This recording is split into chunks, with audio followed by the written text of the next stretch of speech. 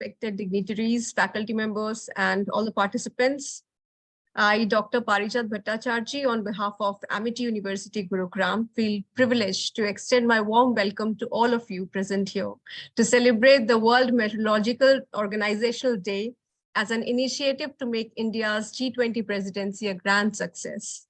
Before we start, as is the customary practice at Amity University of offering prayers to Ma Saraswati on all those spacious occasions, let us begin this event with the lamp lighting ceremony. Request. Shubham kurutvam kalyanam arogyam dhana sampadah. Shubham kurutvam kalyanam arogyam dhana sampadah. Shatru buddhi vinashaya deepajyotir namostute. Deepajyotir namostute.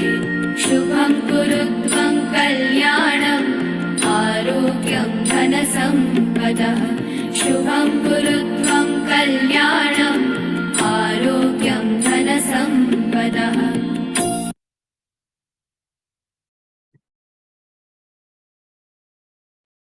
Thank you so much, Mr. Sandeep. Now I would like to invite Professor Dr. Panuganti C.S. Devara, Professor, Amity Center for Oceanic Atmospheric Science and Technology, Amity University, Haryana, is an Indian atmospheric scientist and physicist.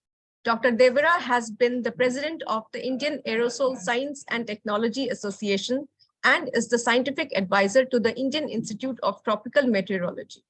Dr. Devara also happens to be the former director of Amity School of Earth and Environmental Sciences and a Bharat Jyoti, and also the Best Citizens of India awardee.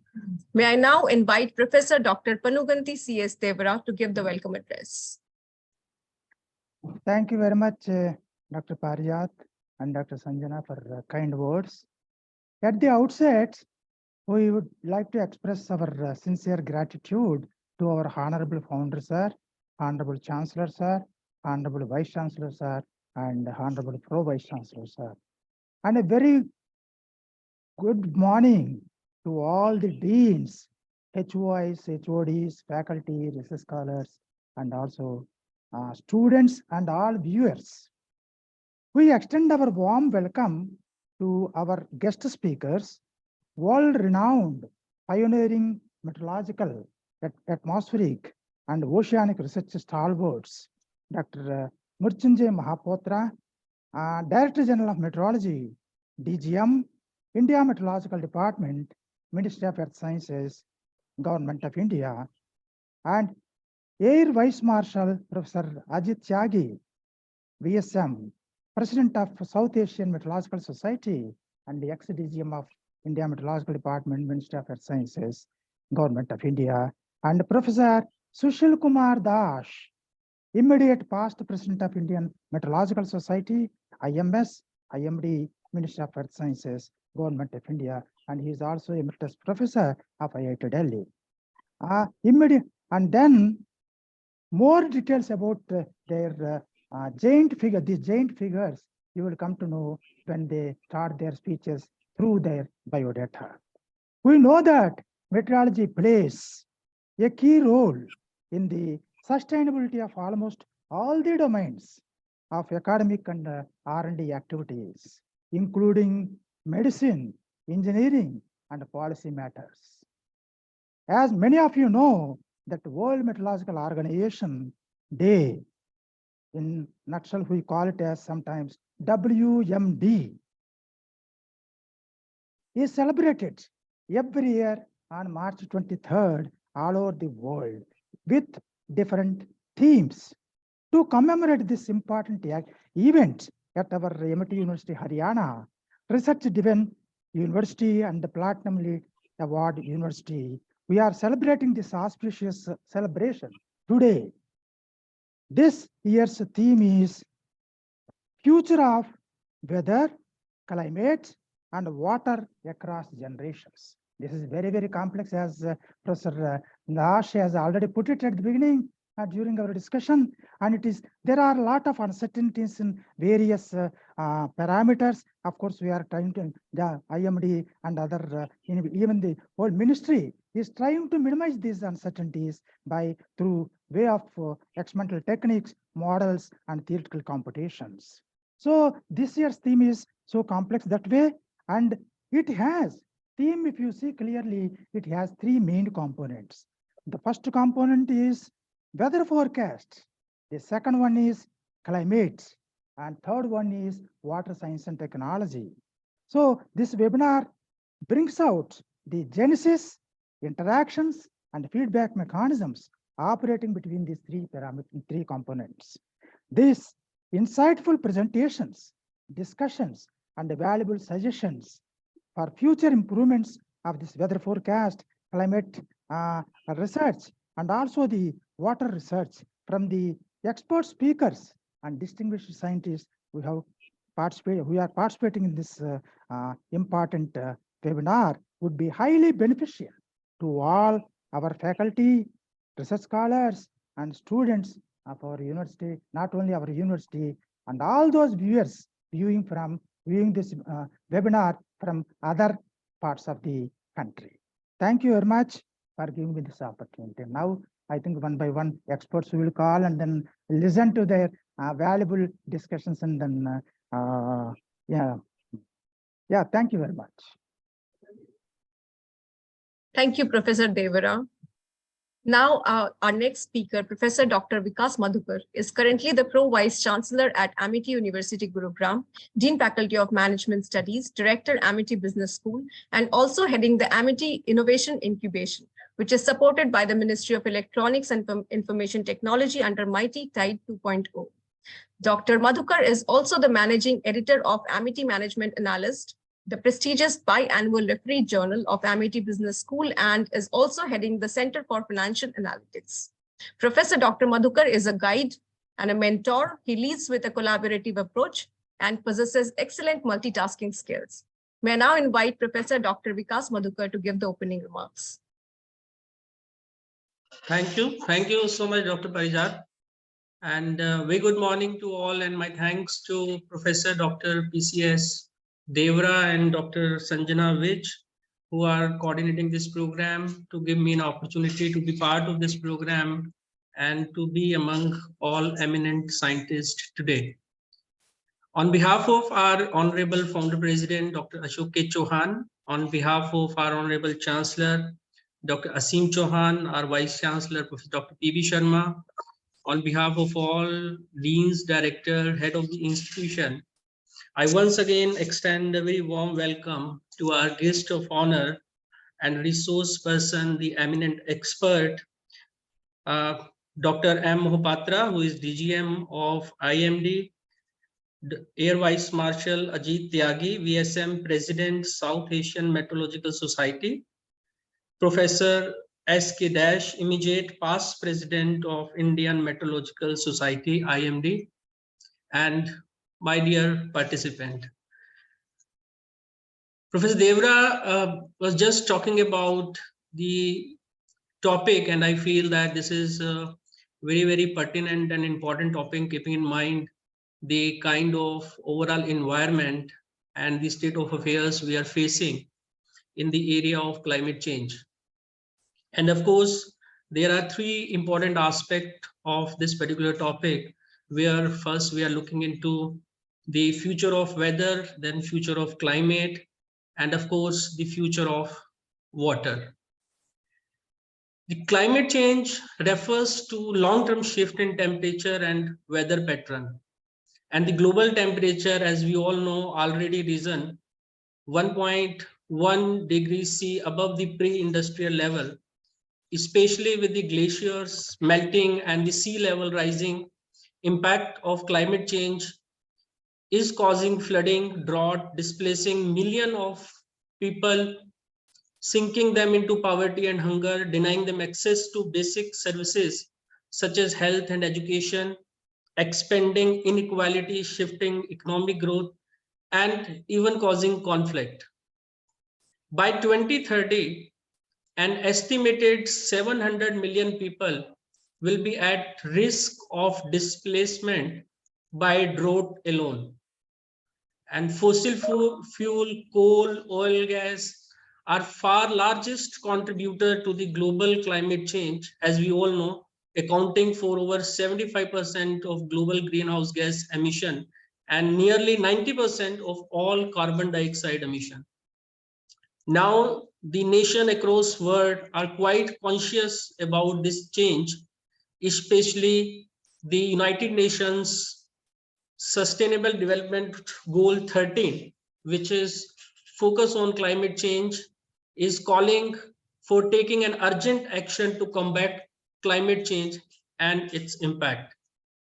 The extent of future climate change depends on what we do now to reduce greenhouse emissions gases. The more we emit, the larger future change will be. So that part is quite clear to us. And of course, our scientists, they are working day and night to work on the technology that how to reduce and go forward to zero carbon. And if we look at the current water scenario in the world, as we all know, about 2 billion people worldwide don't have access to safe drinking water today. And roughly half of the world population is experiencing severe water crisis for at least part of the year. Only 0.5% of water on earth is usable and available fresh water. And as we know, that climate change is dangerously affecting that supply. And this is a reason that the three aspects, the weather, climate, and water, are there in one topic, because they are very closely related with each other and impacting each other. So over the past 20 years, terrestrial water storage, including soil, moisture, snow, and ice, has dropped at a rate of 1 centimeter per year, with major ramification for water security. And in fact, if we look into the future, we know that the population growth, lifestyle changes, development, and agriculture practices will contribute to an increasing demand for water in coming 20 years, 20 to 30 years, where the global water use is likely to increase by 20 to 50% above current level.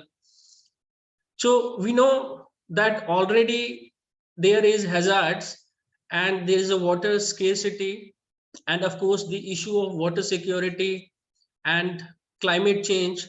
On the other hand, we have the increased population and the demand of water is also going to rise in the future. So, there's a conflicting objective we need to meet, keeping in mind the current situation and also keeping in mind the future demand and the changing climate.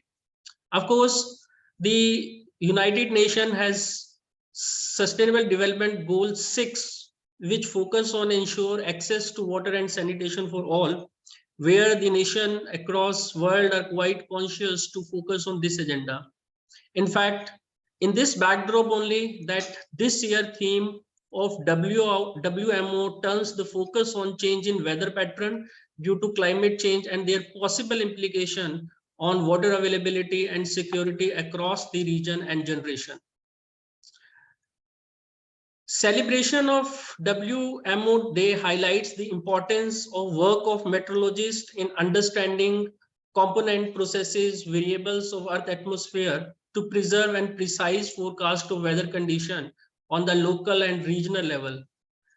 Right, like we all were just discussing just before this session, that how perfect and precise now our scientists are in terms of forecasting the weather, which has a great impact on the various areas, particularly the agriculture sector, the insurance sector, and of course, the lifestyle of a common man.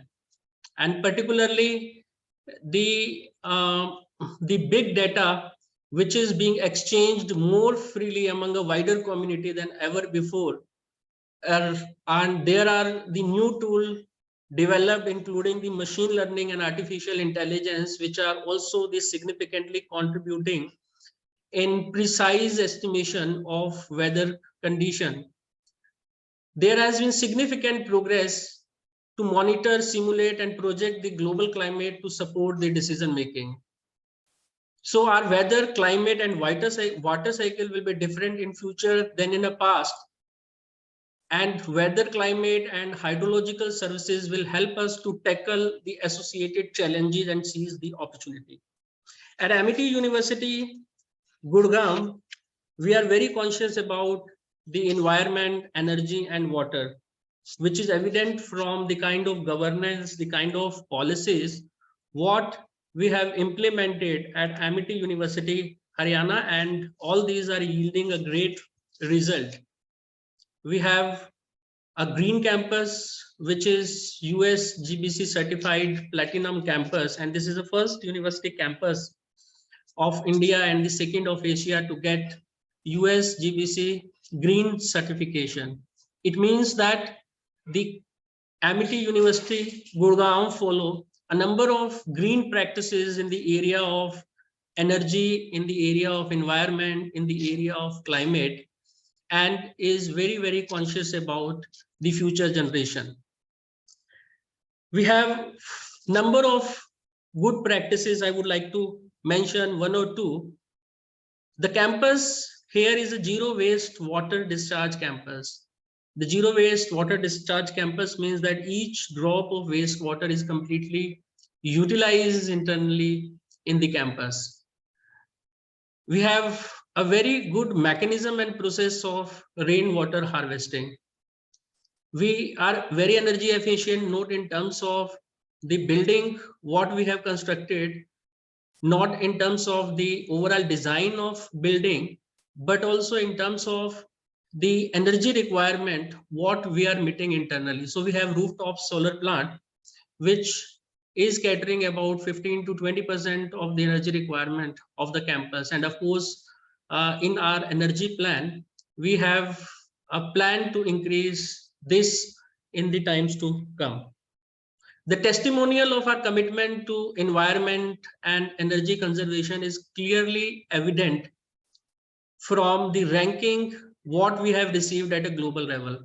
I'm proud to share that the Amity University Gurgaon campus has been ranked 32 worldwide in Sustainable Development Goal 6, which is water security. And we are also ranked at 63 worldwide on energy conservation. And this rank has been given by the prestigious ranking agency, the Times Higher Education Impact Ranking, which has ranked around 1500 universities worldwide.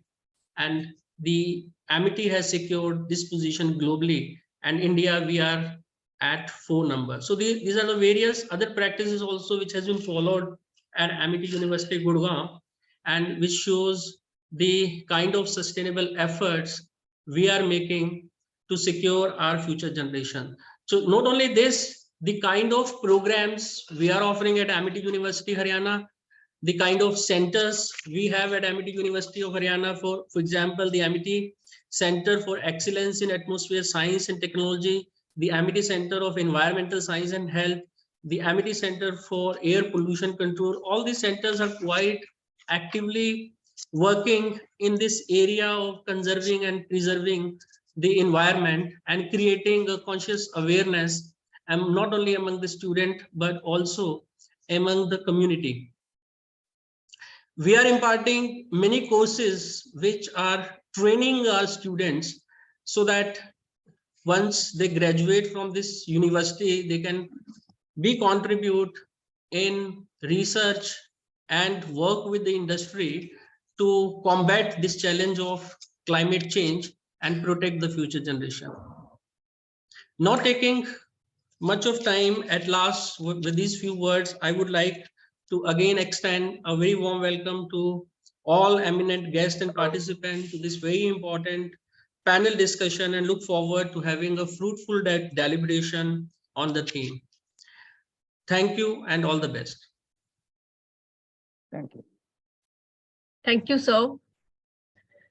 Moving forward towards the next speaker, Professor Dr. P.B. Sharma, our Honorable Vice Chancellor of Amity University, Gurugram, has been the founder Vice Chancellor of Delhi Technological University. Professor Sharma is a former professor of IIT Delhi and former president of Engineering Science Division of Indian Science Congress. Professor Sharma is also the chairman of Ranking and Accreditation Committee of AIU and has been the president of the Association of Indian Universities. Due to some important engagements, our Honorable Vice Chancellor, Professor Dr. P.B. Sharma, could not be here with us today. So he has recorded a message for all of us. I would request Mr. Sandeep to kindly play the message. What a great privilege and honor it is for Amity University, Haryana, to organize the World Meteorological Day today in the august presence of Dr. Mahapatra, Air Marshal Tyagiji, and Professor Das. Ladies and gentlemen, Dr. Mahapatra has been very kind to our university, and so has been the Ministry of Earth and Environmental Science, to give us the privilege of having a world-class weather monitoring station within our own university, so that we are able to monitor not only the air quality but also what impacts, in fact, the changes that are occurring in the weather conditions all around. And I am delighted to say that under the leadership of our founder President Sir, and with the inspirational leadership of our Honorable Chancellor, Professor Devra and his team has been able to contribute immensely not only to the monitoring of the weather but also analyzing the weather conditions and also air quality together to understand the nexus between the weather movement and also the air quality changes that occur. We have also been able to utilize this world-class facility in our campus to understand how air quality at the doorstep of Rajasthan, as well as at the interface of Rajasthan and Haryana, is impacted by tremendous amount of air pollution coming from the industries as well as from the burning of the crop residues, etc. during the year. And therefore, our understanding and awareness of the world environment and its direct implication on the health of the people is now growing eminent through our station. I am also truly delighted to note that under the World Meteorological Day today, we are looking at what can be done now by our generation to ensure that the adverse effect of climate change are mitigated to the best possible extent. On one hand, we have the enormous task of creating new solutions which could provide lasting solutions for reducing the carbon dioxide emissions into the atmosphere.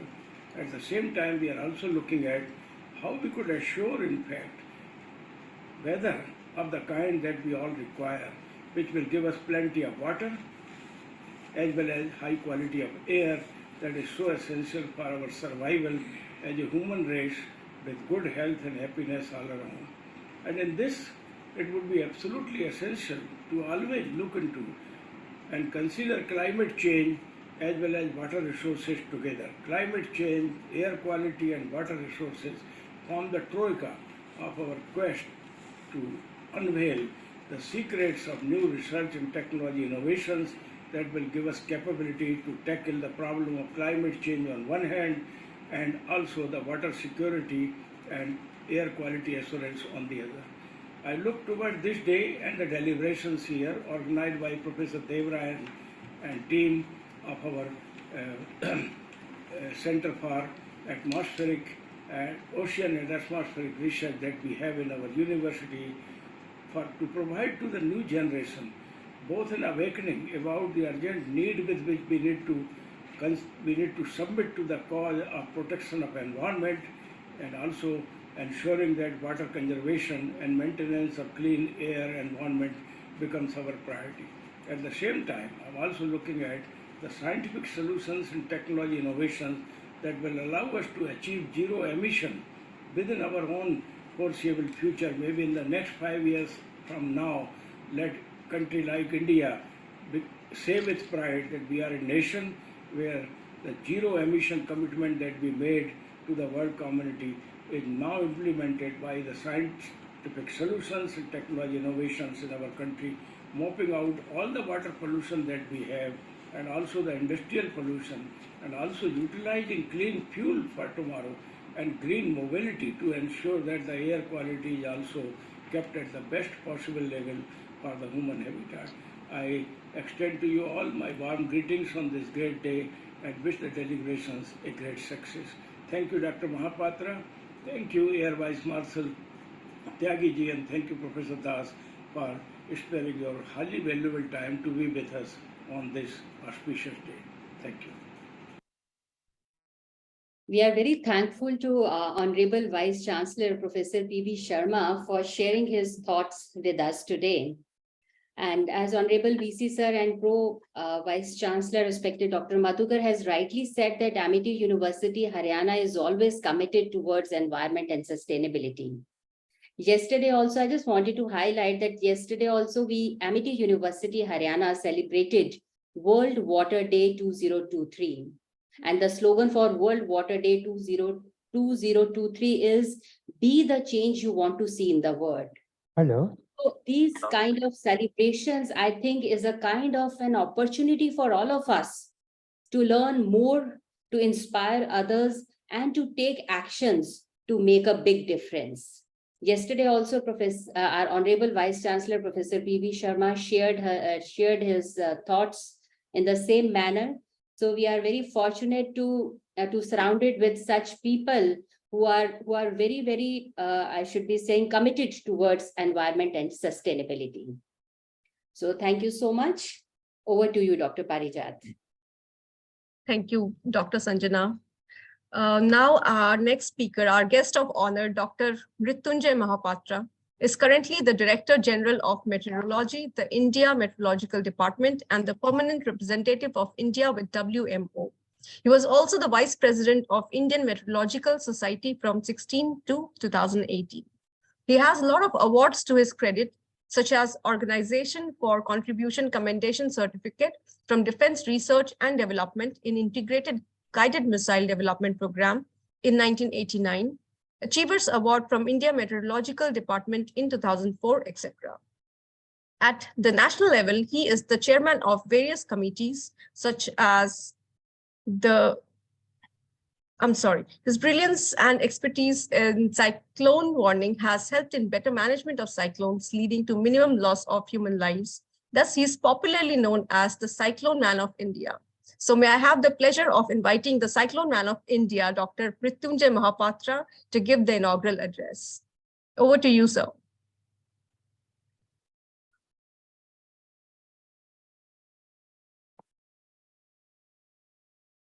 Sir.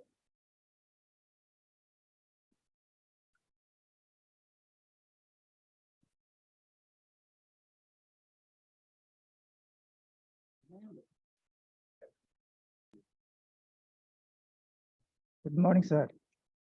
Good morning. Good morning and very warm welcome to you, sir. Very warm Namaste. welcome. Namaskar, sir. So we are waiting for your address now. Okay. Yeah. Yes, sir.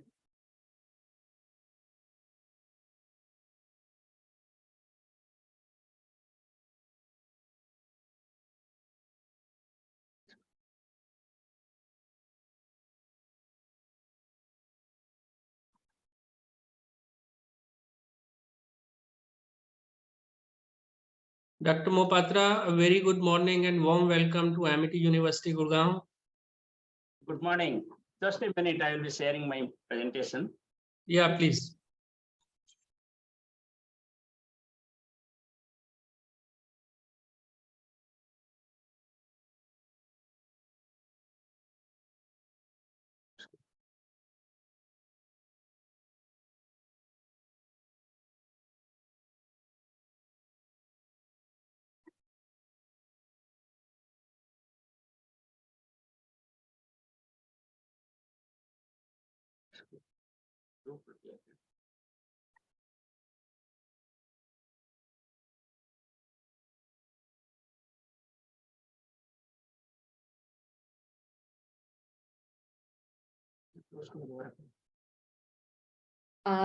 Puneet, can you hear me? Can you upgrade to Dr. Tanu Jindal for this program as a panelist? Kindly upgrade her. Okay Yeah. ये है ना नीचे share किया Yeah. Good morning. Is it shared, Devra sir? Yes. Yes, We yes, can yes. see your yes. slide. Now you please go ahead. Yeah. Is it moving? Yes, Yeah, yes. it's yeah. moving. Okay, fine.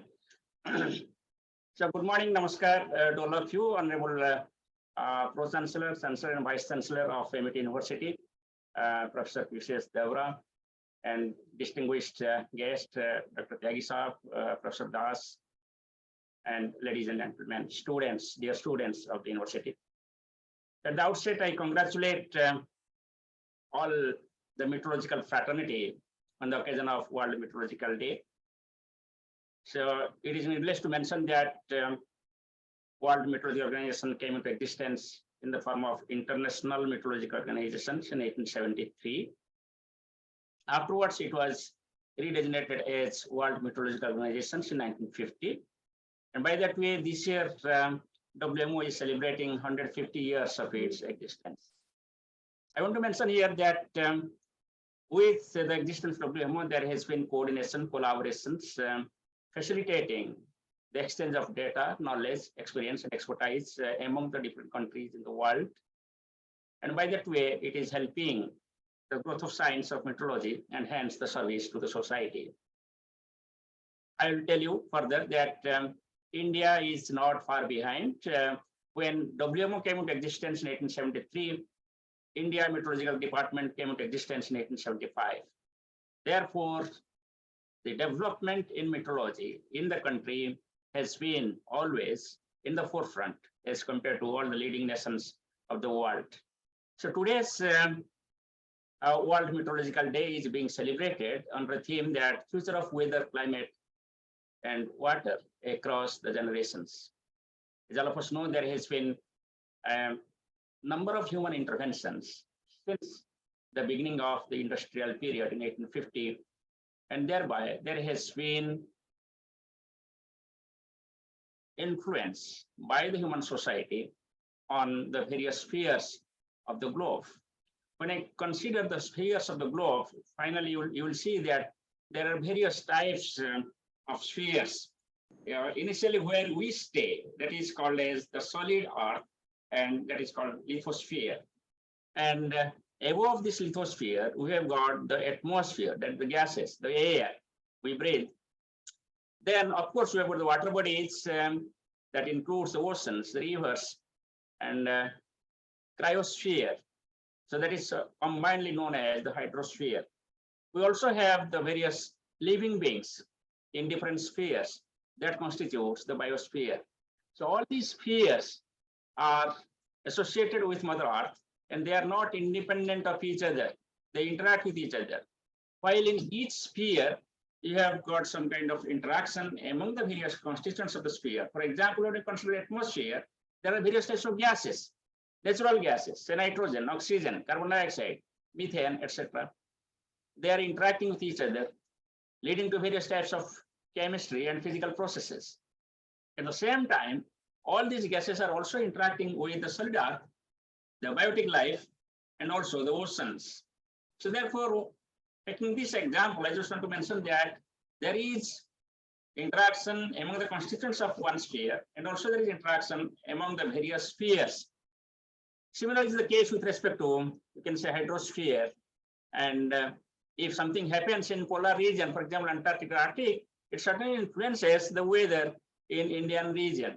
So therefore, the Earth as a whole has no boundary, and anything happening in any one corner can influence the weather or climate in the other part of the globe. So I just want to mention that little expanded way, that when you consider hydrosphere, there is the most important phenomenon, which is called as the water cycle. We know the water cycle from very beginning, from our ancient era. Even you can find out Aditya Jayate Vristi, that is the emblem of India Meteorological Department. It is written in Vyat Sangita that explains the water cycle. But what is happening now actually, there is a changing water cycle. The various components of the water cycle, they expected that it is changing. For example, the way in which it was raining earlier is not now. Nowadays, we get more frequent heavy rainfall events and less light rainfall events or moderate rainfall events. So by that way, there is a changing process in the water cycle. Similarly, there is excessive cooling, excessive heating of the ice caps, ice sheets, the glaciers, and hence, therefore, the release of water into the rivers and hence to the oceans. Similarly, the ocean surface temperature is also increasing, leading to more evaporations. It is 1 degree rise in temperature, there could be increased by 7% of the moisture in the atmosphere. So this is the case with respect to the hydrosphere. Similar with the case, the species in the biotic life. We, the people, always try to live in a colder climate. Similarly, the plants also, the animals also, they want to stay in a colder climate. For example, the fish, they want to stay in cold water. So therefore, the fish catch near the coast is decreasing. Of course, there is overcatching also. And fish usually migrate towards the deep water because of the cold area there. Similarly, the species are also migrating towards the polar regions. So therefore, there are many such examples which we will find that in the recent times, it is happening because of not the natural variations of the climate, but also the anthropogenic influence leading to the man-made changes in the climate. So let us just see what are those things. Actually, I just want to mention that apart from all those spheres I discussed earlier, there is an additional sphere called as the anthrosphere. Anthrosphere is nothing but the human activities. So leading to the enhanced greenhouse gas concentration in the atmosphere and hence the global warming and climate change. The climate change, as when I say, it is not limited to temperature alone. It has the impact on various types of extreme weather. It has the impact on our adaptation processes and mitigation processes.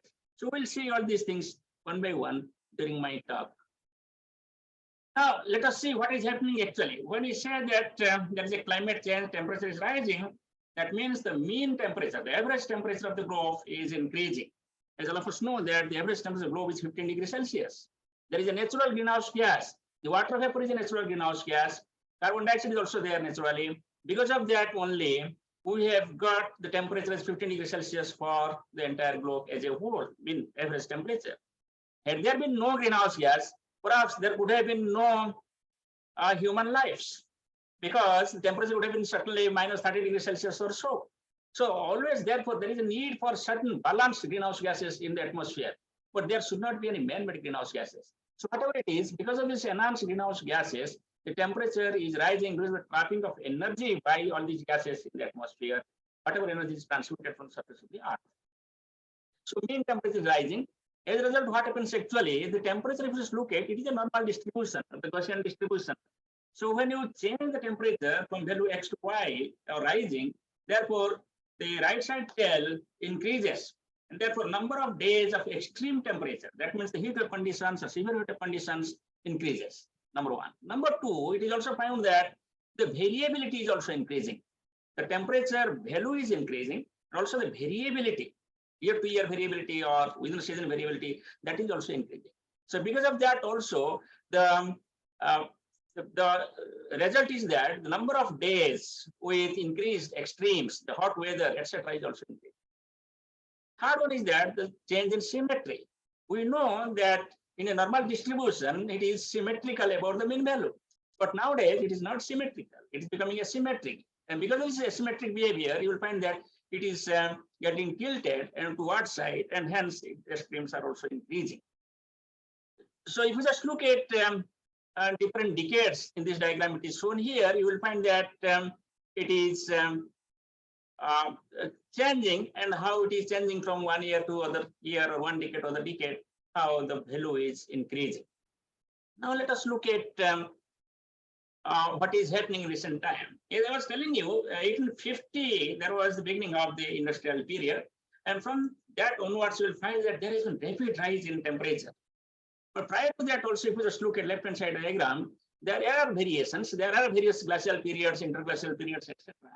And because of the melancholic theory, that is the interaction between the sun and earth, there could be change in the elliptical orbit. It can be elliptical circular, circular to elliptical. There could be change in inclination, 23.5 will not be constant throughout the period. There could be change in precessional motion of the earth.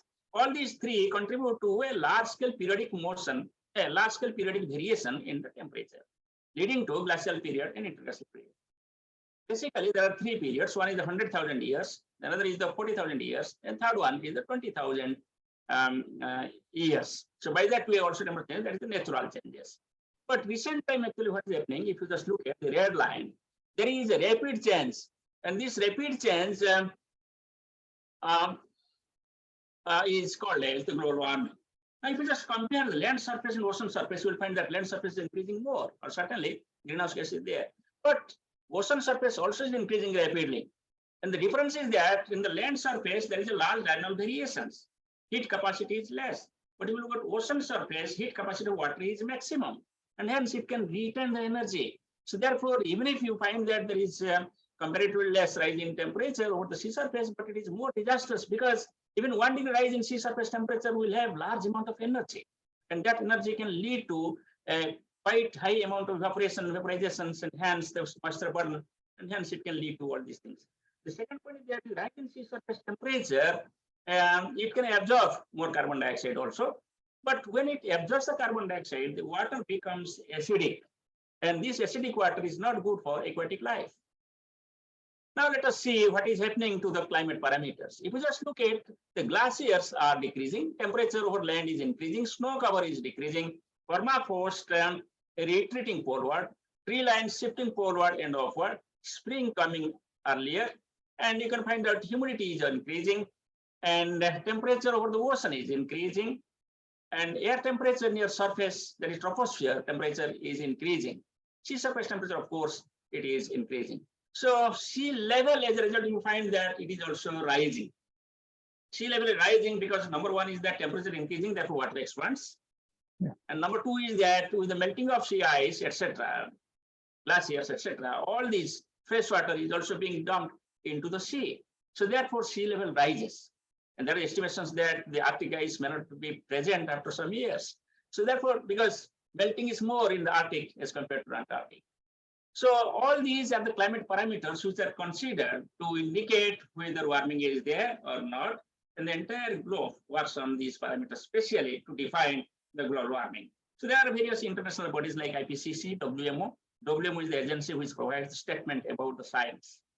And IPCC deals with adaptations and mitigations. There are three components: science, adaptations, and mitigations. While doing science has got three components. One is that detection of the climate change, whether actually change is happening or not.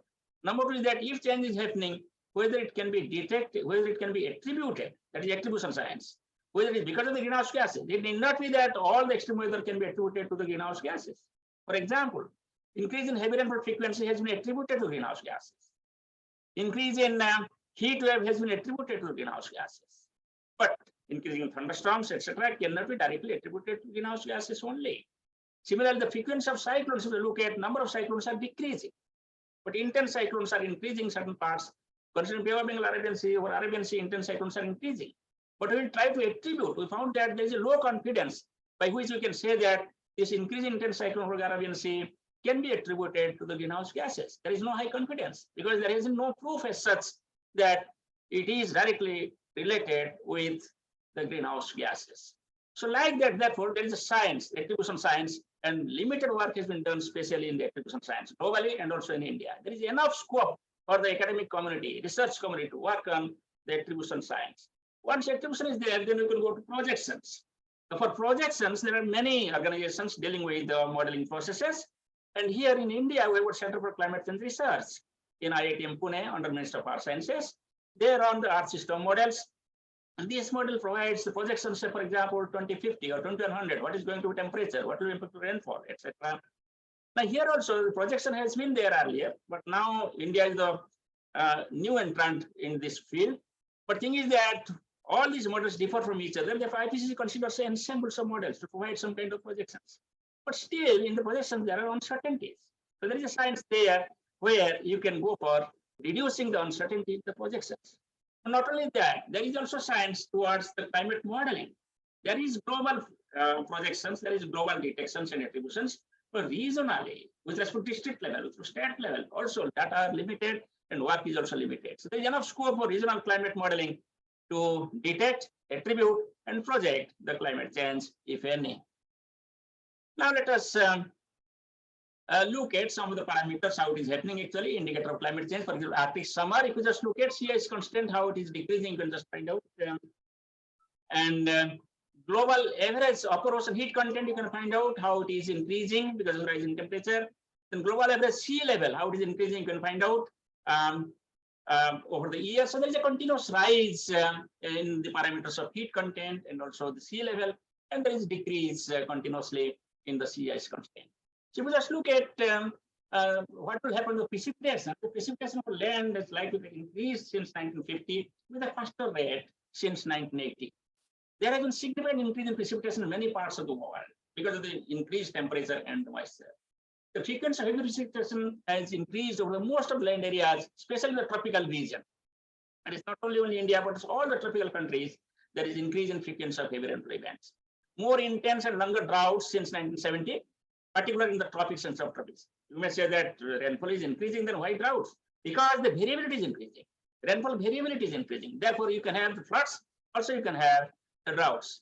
The cold days, cold nights, and frosts are less frequent, as obvious, because temperature is increasing.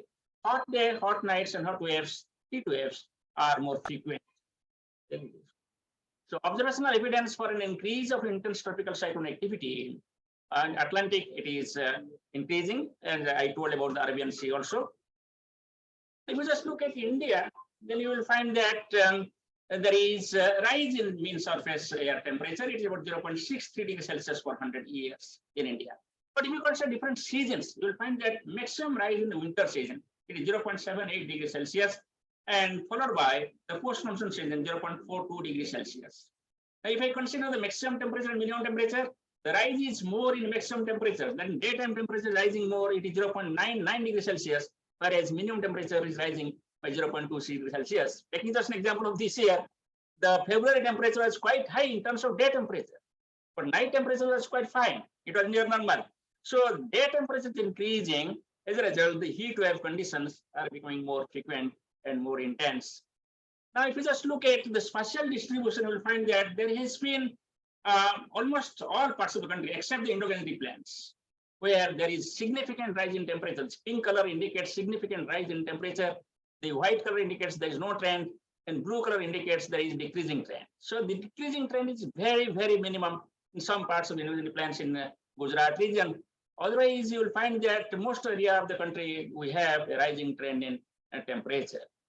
Now let us look at what is happening with respect to minimum temperature and maximum temperature. As I told you, the minimum temperature is not rising so frequently, but the maximum temperature rising stiffly. And as a result, we are having more record heat weather in the recent periods.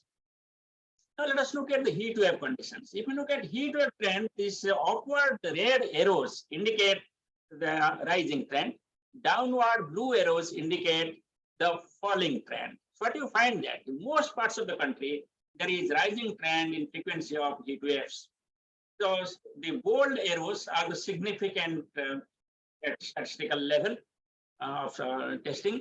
So what you find that the heat core zone, that is northern India and the central India, has the rising trend. That's fine. We can expect there is heat core zone. But in the peninsular India also, what you find that the heat wave conditions are increasing.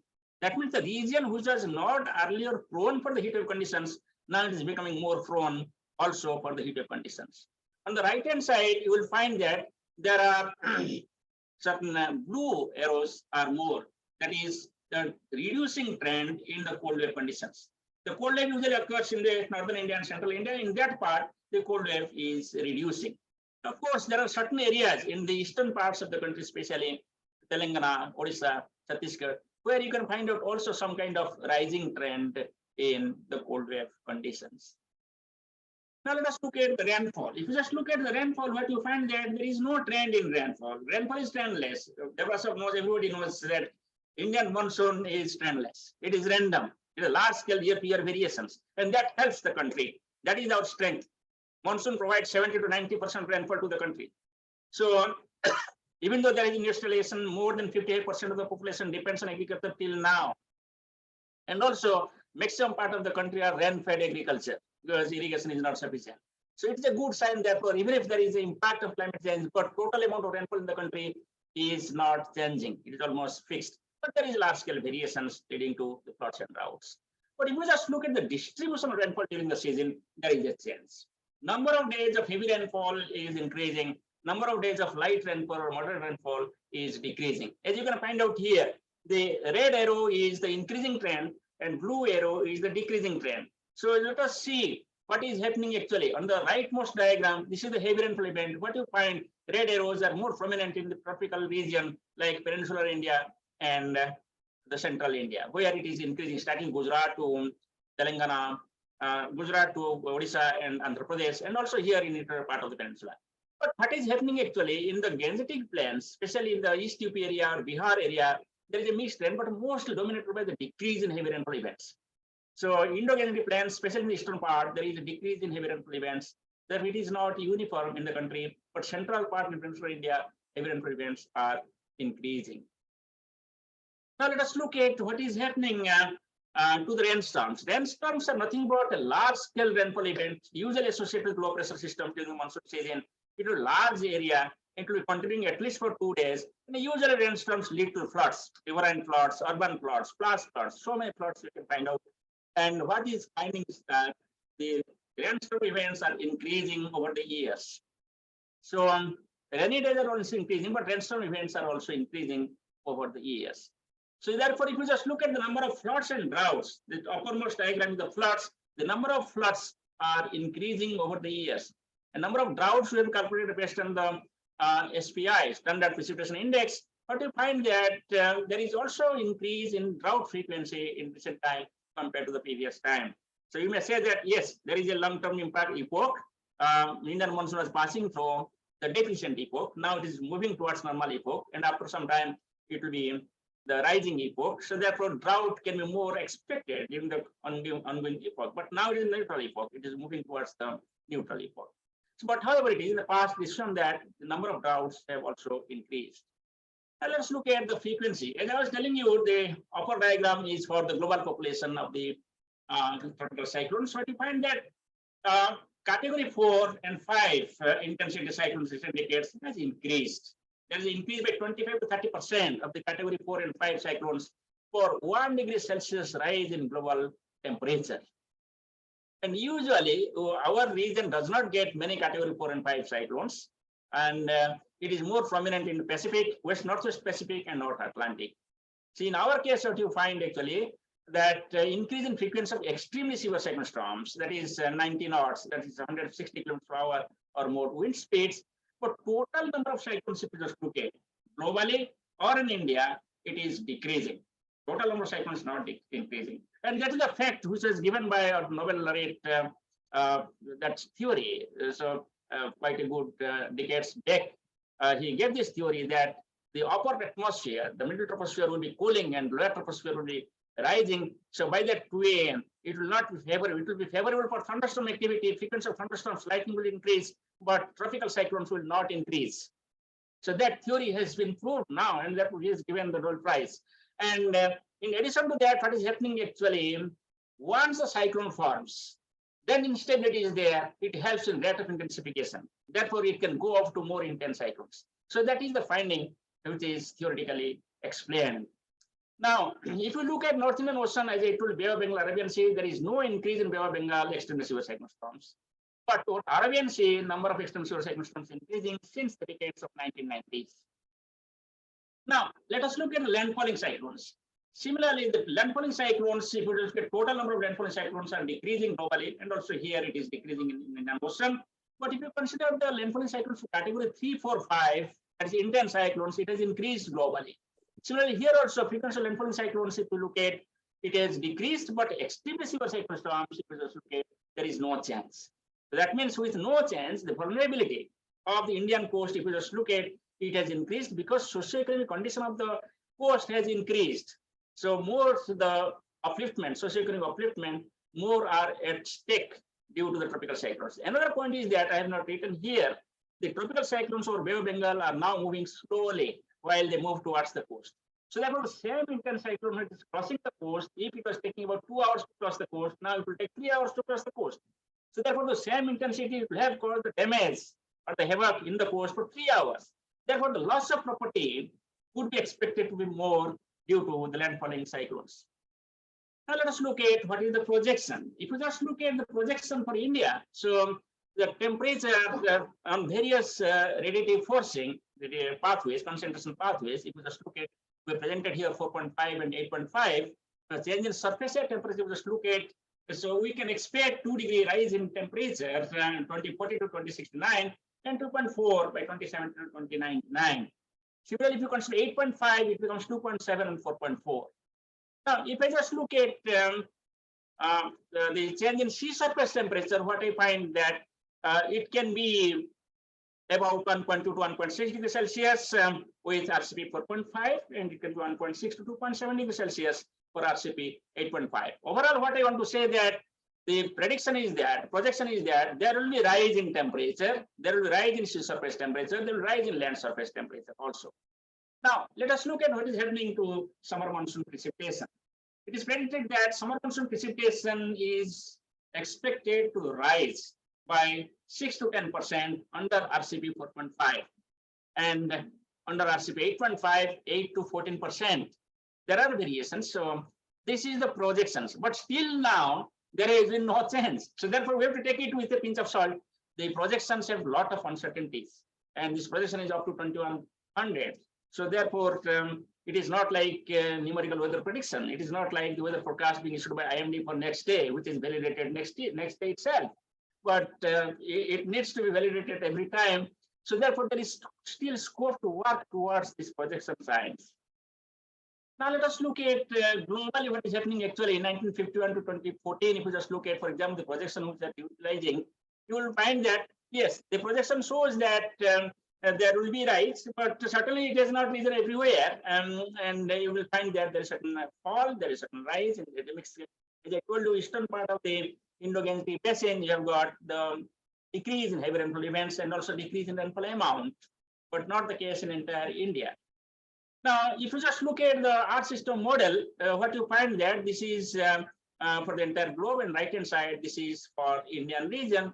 It is indicating that there are certain regions where there will be rise, 1950 and 2014, the rise, and there are certain regions where there is fall also, even if temperature has increased. So therefore, there are so many unanswered questions with respect to the projections and validations where the scientists can work further. So future projection that you just look at, you have to believe this projection considering the uncertainty, what is observed in the model forecast.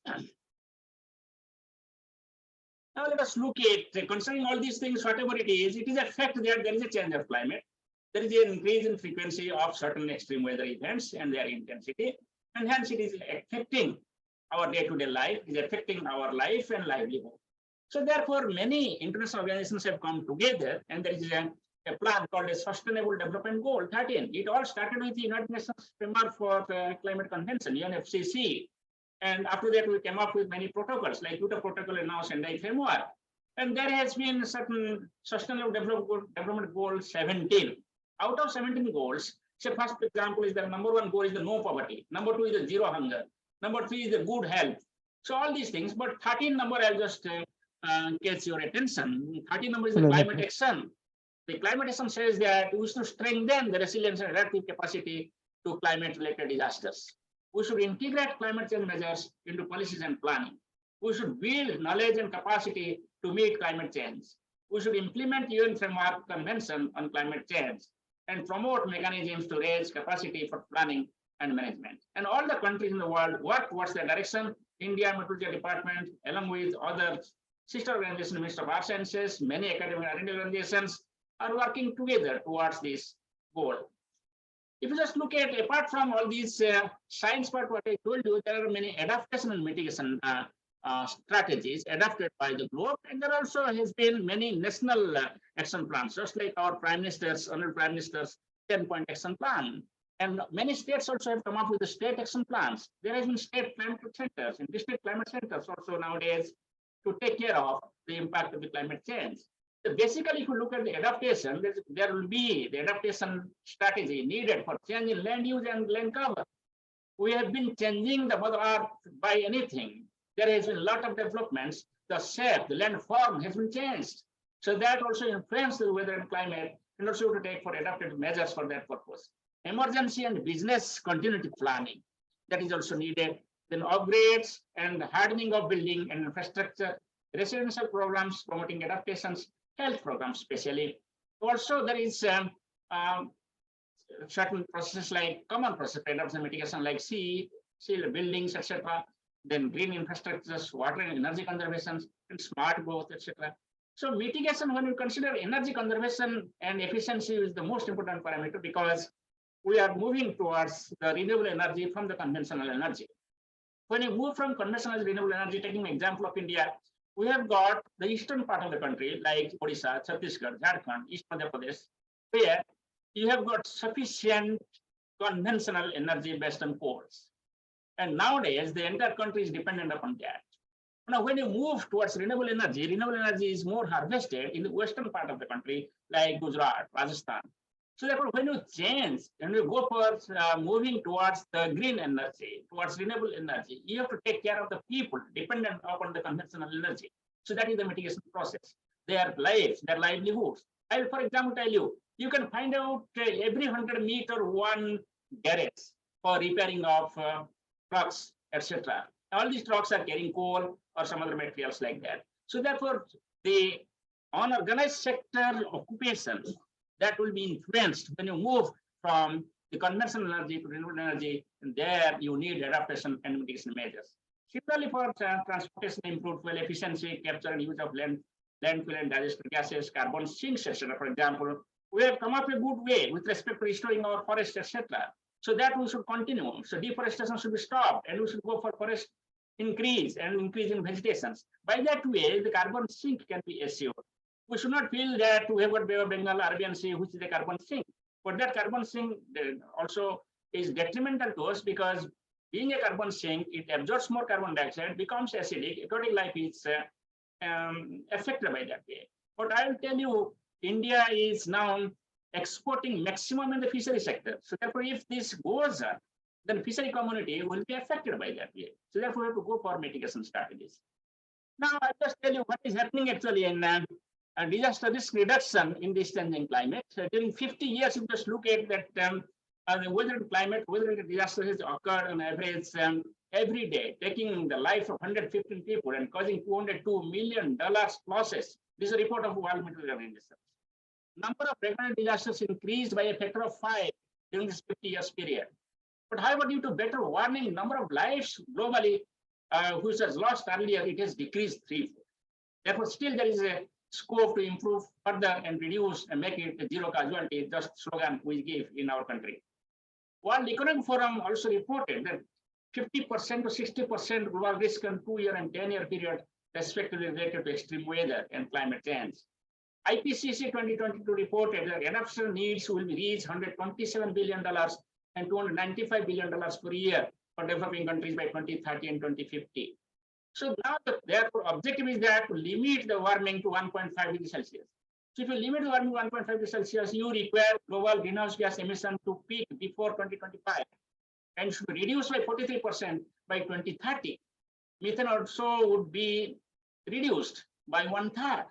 So that is the target fixed by the global community, and everyone should work towards that.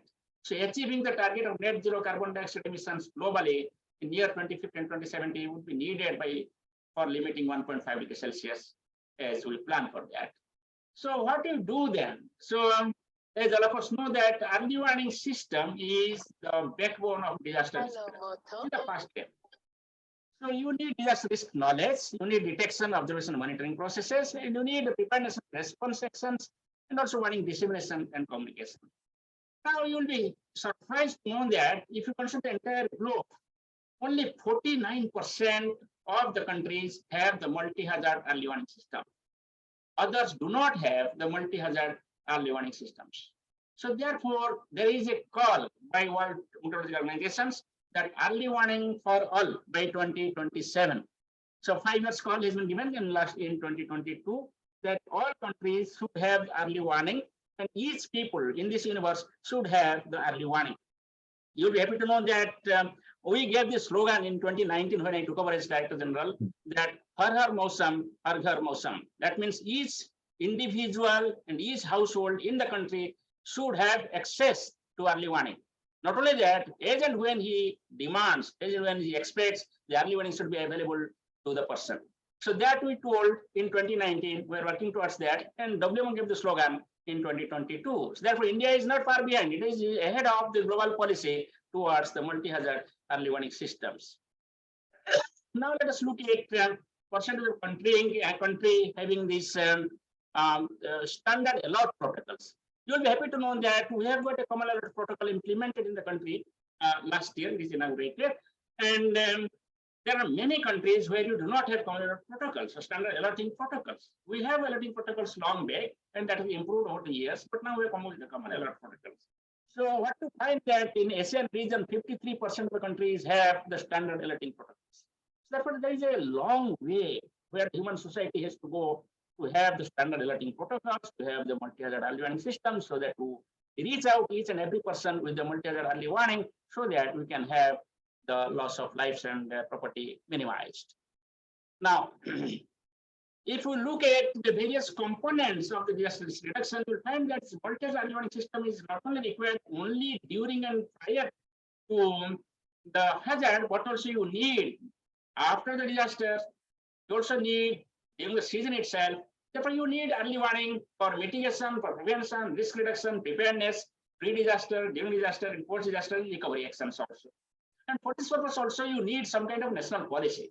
You will be happy that India Meteorological Department has a very well-defined early warning system, multi-hazard early warning systems. In the country, more than 80% of people get early warning, and there is a national policy. We have got National Disaster Management Act, we have got disaster management plans, we have got national guidelines, we have got institutional mechanism also, 3 times institutional mechanism, national, state, and district level. And also the early warning system is well defined. Starting with the observations, we go for the integration of observations, then we go for communication of observations, then we go for modeling of the observations with high performance computing systems, then we go for forecasting, production of the forecast products, and we transmit to the end users, including the general public. And while we talk of modeling, there is an array of models like global models, regional models, ensemble models, deterministic models, probabilistic models, and models for nowcasting, they forecast for a few hours, models for short-term endurance forecasting, forecast for a few days, models for extended forecasting, forecast for next 2 weeks or 4 weeks, and models for seasonal forecasting, that is months and seasons. So all these have been significant development, and it is not only helping India, but also it is being provided to all the countries in the South Asia, Southeast Asia, and Middle East. We act as a regional center to provide weather and climate forecast and weather and climate information. I will come the specific forecast, which I say early warning for all or Harar Mosam, Hargar Mosam. There we are kept off an important objective, that's impact-based forecast for all. We should have impact-based forecast. We have included impact-based forecast long back for cyclone purpose, which is very historical damage test. And gradually we have moved to a dynamic cyclone impact-based forecasting system, utilizing all socioeconomic data, or geophysical data, or geospatial data, and of course the meteorological data. In the similar way, we are developing for heavy rainfall, heat wave, thunderstorms, and associated weather. So this is just an example how the weather information will be utilized with other non-weather informations, as shown in the green and orange colored wedges. When these two wedges will mix with each other, it will be a rectangle, and complete impact-based weather forecast will be realized in the country. But however, at present, we are providing for all severe weather for district level and the city level. So these are the requirements. We are working together. Here also academic and R&D can work together with IMD and the Minister of Earth Sciences. We need a huge database with the geophysical data, the vulnerable and exposure data, and potential impact data. So all these data are being collected, and we can work together for improvement of quality of data, for accessibility and availability of data, and for utilization of data, utilizing big data concept for visualization, for integration, and for modeling, and finally to give the forecast. So what I say that the numerical verification models or climate models will continue. There is no replacement for that, but at the same time, the data availability has ensured the community to go for artificial intelligence and machine learning processes. That means the big data concept will work along with the numerical representation models, so that we can convert the data into the value. For example, converting the petroleum into the petrol, so or the power. So for this purpose, there is need for collaborations and integration of various scientific community and enhance research and applications. So way forward, if you just look at, yes, we have come up a long way on this particular day. If you just assess India vis-a-vis various international organizations and other members of WMO. India is a permanent member. India contributes to the worldwide improvement of early warning. And also at the same time, India is a leader to provide the climate services and capacity building in the region. But there is still scope to improve further our accuracy and services. There has been significant improvement in accuracy, as I told you. There is 40% improvement in sea weather forecasting accuracy in recent 5 years compared to previous 5 years. But still, we have got the scope to improve further, especially with respect to the mesoscale weather events like thunderstorms, lightning, squalls, hailstorms, etc. And for this purpose, you need the improvement in value chain. Value chain, when I say that, starting with observations, weather and crop observations, for agricultural purpose, weather and crop observations to modeling, then forecasting, then sea weather warning, then sectoral applications.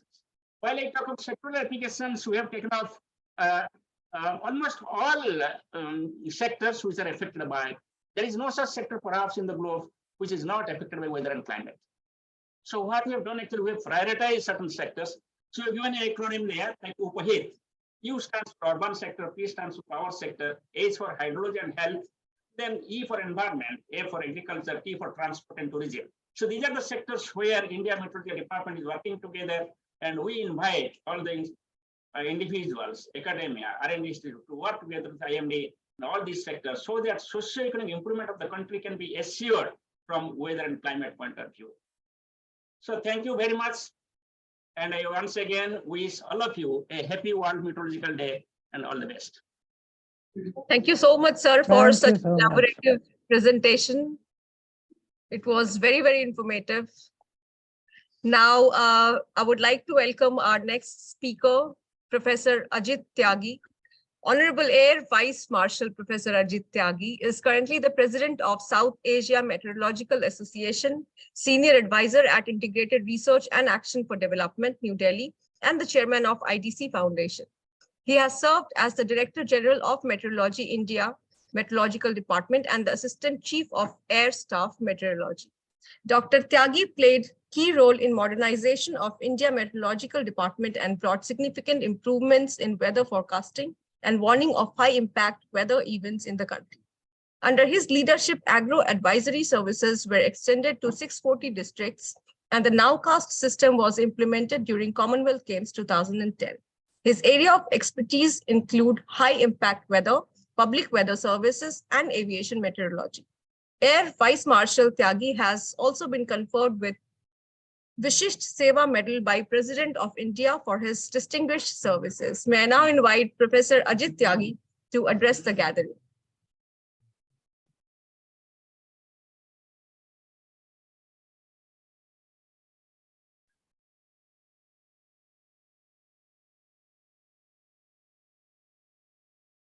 Sir, can you please unmute yourself? You are muted.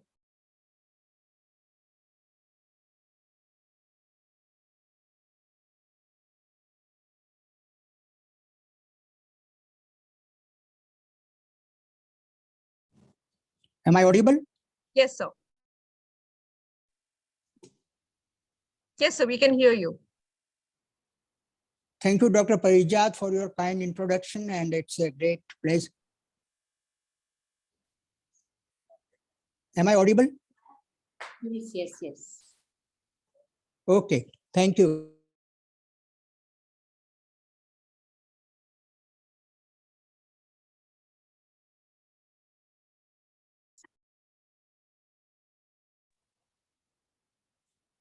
Is it okay now? Yes, sir. Yes, sir. Sorry for some connectivity issues. I'm extremely thankful to Professor Devra for inviting me to this important event to celebrate the World Meteorological Day. And both Pro Vice Chancellor and Chancellor have set the achievements of the MIT University. I'm really happy to know about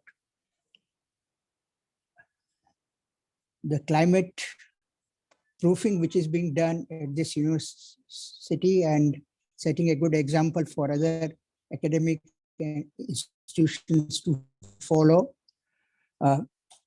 See, customary after a Director General presentation, there is no need for anyone to speak because he has updated all of us about the latest developments. And I'll be just filling up some dots which needs to be filled as far as the earlier part of the meteorology and the latest developments, some which are required. So with these opening remarks, may I request to put my presentation from your Yes, end sir. so that Yes, I sir. I'll can. share your presentation.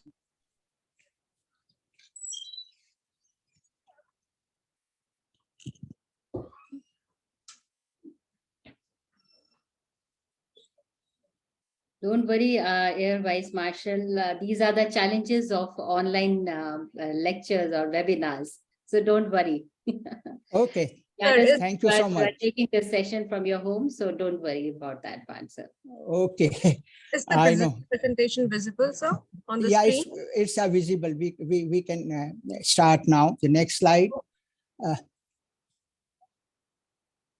Well, I'll be giving the historical background of this because we are talking about generations and how the growth of meteorology as a science started, because people have got doubts about whether the meteorology is a science or not, which I strongly disagree. It's very much a science and uses the front end technologies and the scientific developments in making weather forecasts and service to the society.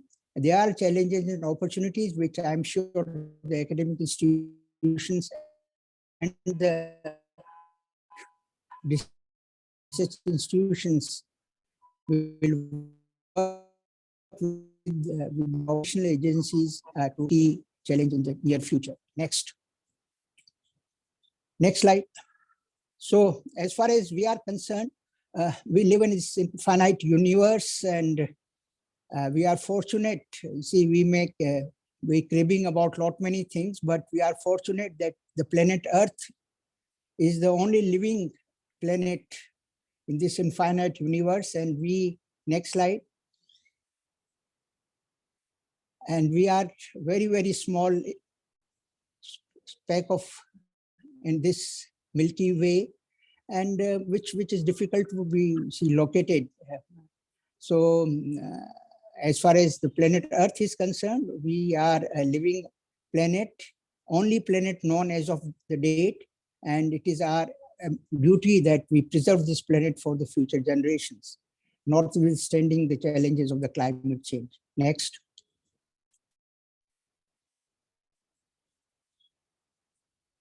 So this is how the beautiful our Earth is, with the biodiversity of all forms, from the birds to the fishes and variety of living organisms. So this is what there, and the climate, the favorable climatic conditions and environmental factors have played a very important role.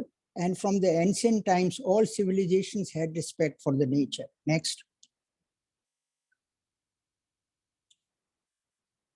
So see, right from the beginning, because the climate and the environment did play important role in the existence of and the growth of the civilization. So beginning of meteorology in India is being traced to more than 3,000 years before Christ.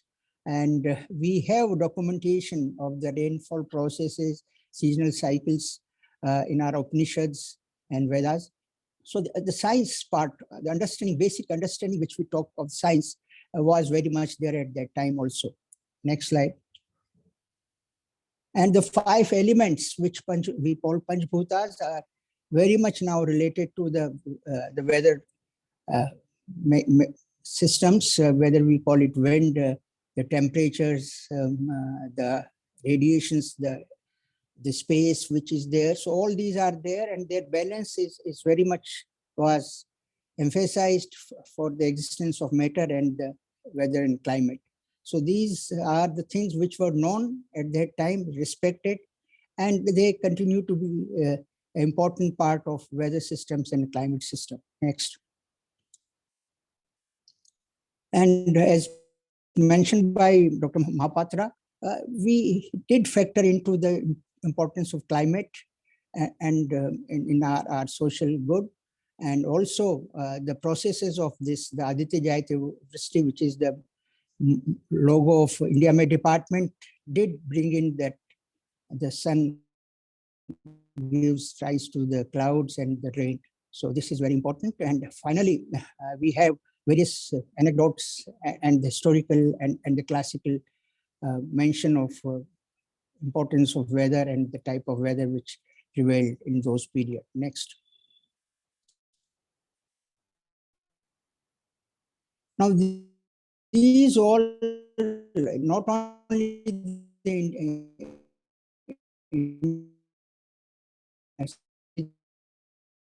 but all other or conditions, the local climate conditions and political. There were no quantitative reductions which was being made, and that's why people thought that this is more of an observational. So even in recently in the villages, people do have local observations of the local climate very much there. In cities, we have forgotten, so we have to look to the FM or the India Met Department for the local weather also. And then there was a dark period as far as the growth of science is concerned between 11th to 15th, 16th century all over the globe. And it's only thereafter with the instrumented observations and scientific inquiry that science of meteorology also took off. Next. So these were the inventions of various meteorological instruments which provided quantitative data of weather observations across the globe, and that made the beginning of weather observations and the use of these observations in some form of weather forecasting. Next. So this was, next slide.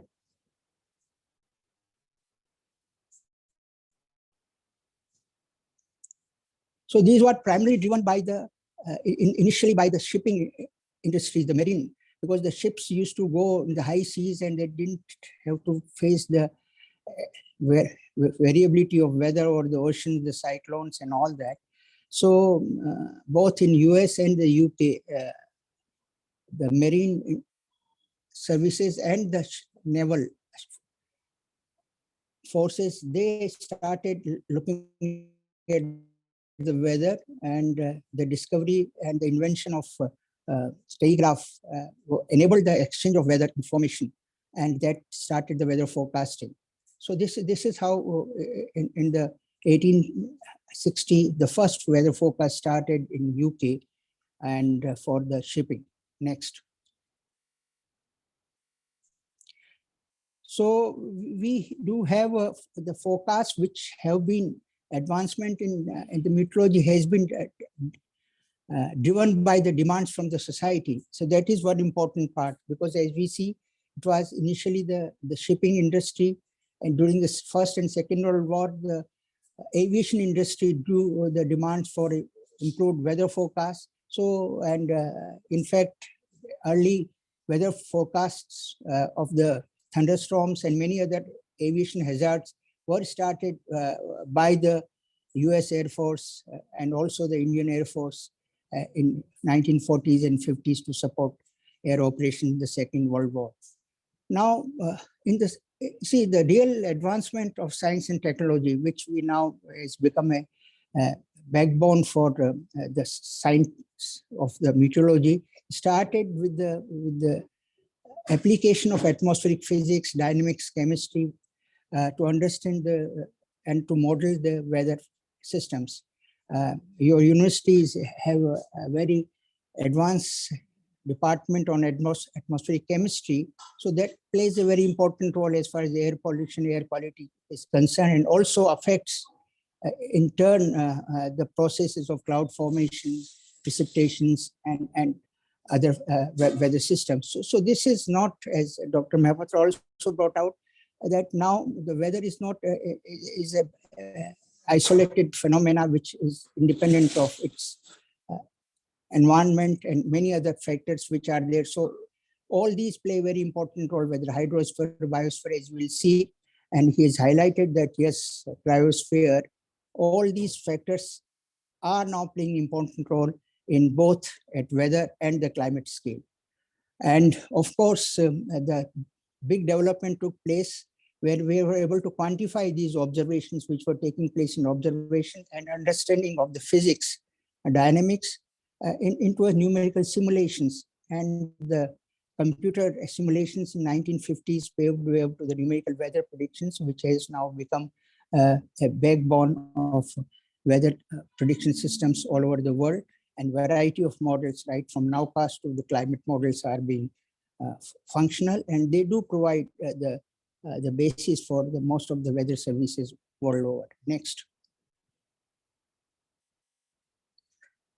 Now, see, there have been eminent meteorologists, and recently we had this recognition of the climate scientists, which were conferred with the Manabe and the Hesselman with the Nobel Prize in 2021. So this shows that yes, the climate and meteorological science was being driven by eminent meteorologists and scientists all over. And from India also many scientists like N. Krishnamurti, Shukla, and many others working in US have contributed to the growth of meteorology. As far as India is concerned, we have a long list of eminent meteorologists, starting from Walker. Next slide. Wilbert Walker, Norman, Professor Koteshwaram Das, Ananda Krishnan Ramanathan, Krisharoti, Anamani, and many others which are now working, including Dr. Devra from IITM, who had worked in air chemistry and air quality. Professor Das is here, and many others from the IIT Delhi, Professor Mohanty, Dr. Shlotna Gadgil. So many scientists have been contributing to the science of meteorology and its application, the forecasting. The important part which is there is the recognition which the World Meteorological Organization had recognized in 1950 and earlier as a form of IMO, was an international cooperation that we are living in an interconnected planet, which is what was also by Indian rishis, Vasudhaiva Kutumbakam, which is the hallmark of Indian civilization, said, we share one earth with one atmosphere and one ocean. So this is very important. There are no political boundaries or the geographical boundaries which confines the weather and climate. So we have to work in unison, and cooperation, international cooperation has been the hallmark of next slide. So this was recognized in 1873 when the International Meteorological Organization was formed in Vienna. And we were able to see at that time, going to be 150 years, the foresight of their policies, openness. So you see, it is the only organization in the world which is able to generate and exchange data in real time. So every morning you can have information about the weather conditions, right from the polar regions to the deserts to the mountains. So this is a great, you see, example of cooperation. And during the war period, most of the networks of weather change continues to operate. So these systems in the international cooperation.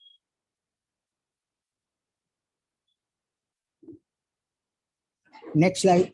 Yeah. So we are celebrating 150 years of IMO and WMO journey, and it also coincides with 75 years of Amrit Mahotsav and also the G20 logo of Vasudhaiva Kutumbakam. So there are strange coincidences, and we need to celebrate all these in today's world while celebrating the WMO Day. Next.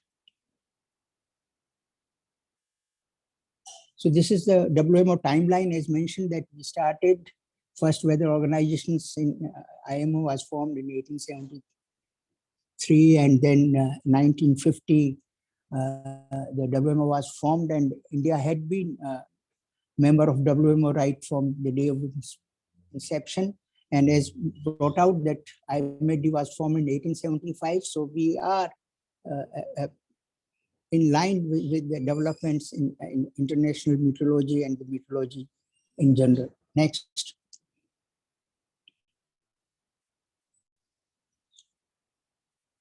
So these are the various programs which the WMO has been working with as far as the ocean, the environment, the World Health Organization, disaster risk reduction.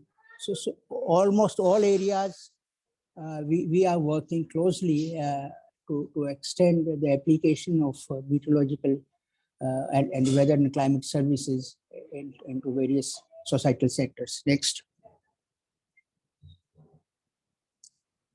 Even during the COVID, you see, the WMO actively worked with almost all leading agencies world over to combat and provide inputs to mitigate and combat the COVID situation. Next.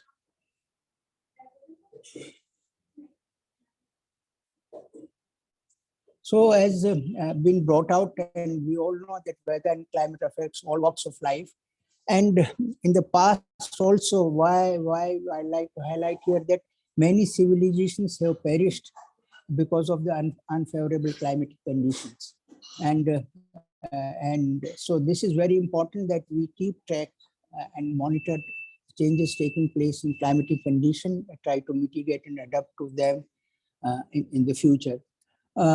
Also, the weather and climate disasters affect and reverse the development path. Particularly, this is true in the case of the developing countries and least developed countries. And climate change, I think I don't have to repeat here, as a major cause of concern universally and more so in the poor countries. Next. Now, we used to distinguish between weather and climate. It does have a time and space, weather and climate systems, both in observation from nowcast, which is in few hours of weather, local weather, to climate projections, both in observational setups, understanding, and the predictions is emerging as a one seamless system. So this is an important development which is taking place in climate science. Next. Dr. Mahapatra has already covered the importance of Earth climate systems, which consists of hydrosphere, cryosphere, land surfaces, biosphere, and their interplay in shaping the climate and its impact on various other sectors in the sector. So this is very important to understand. Next. So this is what the climate system is there, and they play very important two-way interactions. Next. Of course, the hydrological cycle is the key component. I'm not going to touch here because I don't have much of expertise to talk about, but then this forms integral part as far as the climate system is concerned. And changes in the hydrological cycle because of global warming are evident in the form of intense precipitation taking place. So that is going to be a very important part. And as Professor Madhukar has brought out, changes taking place in soil moisture and many other factors are also are to be factored.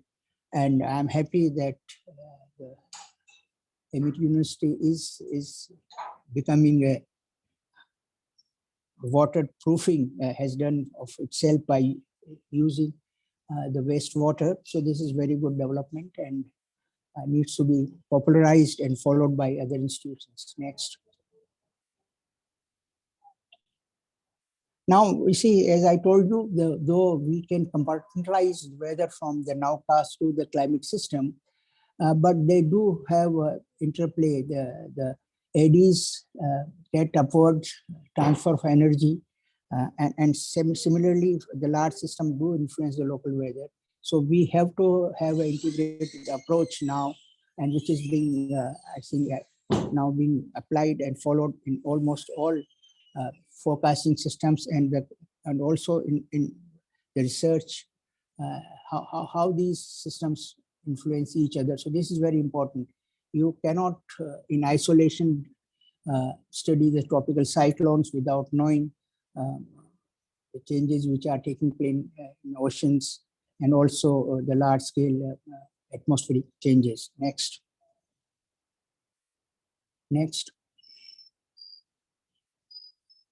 Now, as I told you, the meteorological services, the demand for that is from the society. People are, the demand and many of these phenomena which, or the department started, even in India, the IMED started because of the cyclones and the drought conditions which prevailed during the 1980s, 60s to 80s.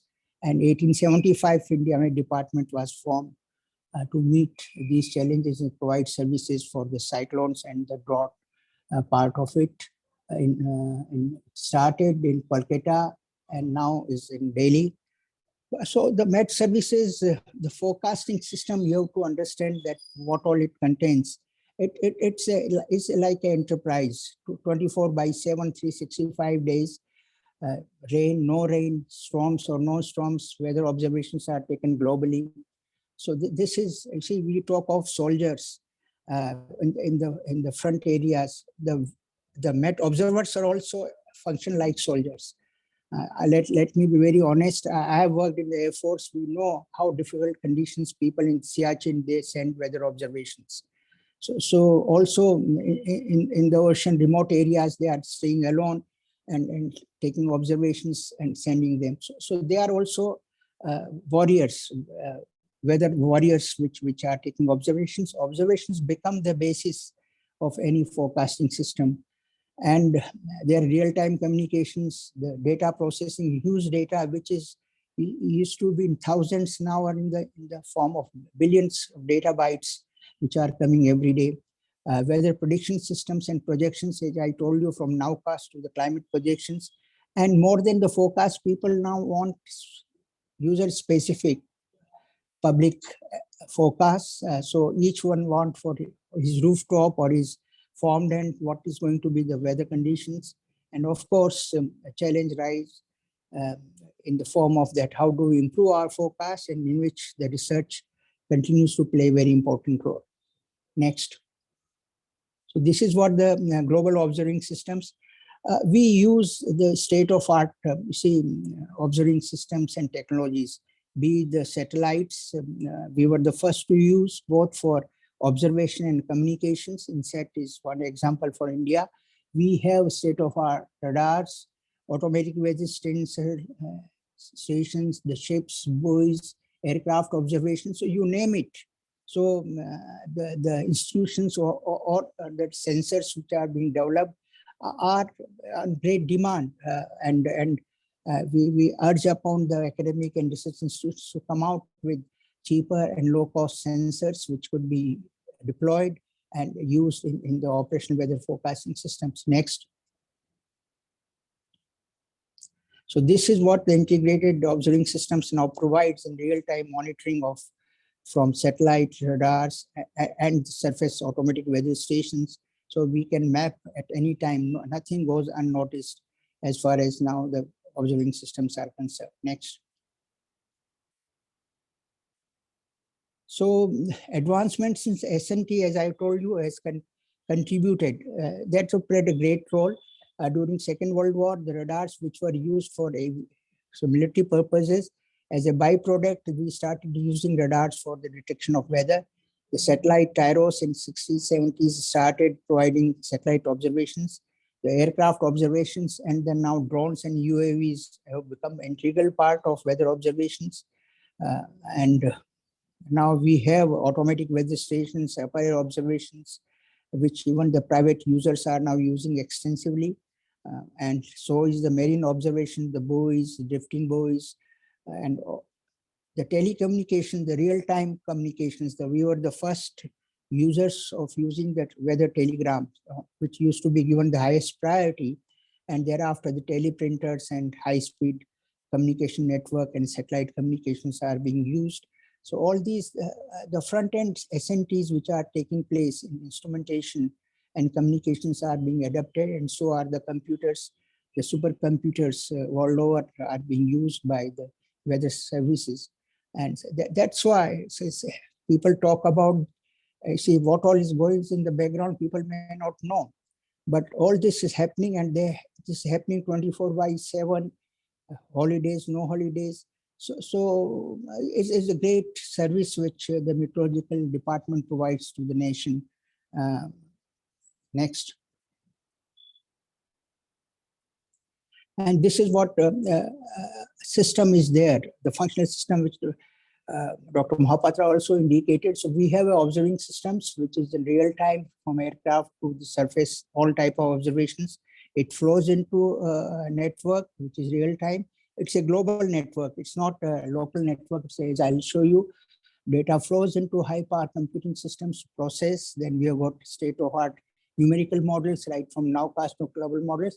And then the user specific forecast, whether it is for cyclones, for heat waves, or for agriculture, are generated and communicated. So this is what is an operational system of India Met Department is. Next. So this is what WMO information system is there. So we have a regional telecommunication hub, which New Delhi is one of the hubs to get the data from South Asia. And these are exchanged in real time. So this is a great flow of data. And as I told you, today data in the form of billion of bytes data is being exchanged through on this system. Next. And it has got redundancy where you are connected to two hubs. So if one of them is down, you are always available to exchange the data. Next.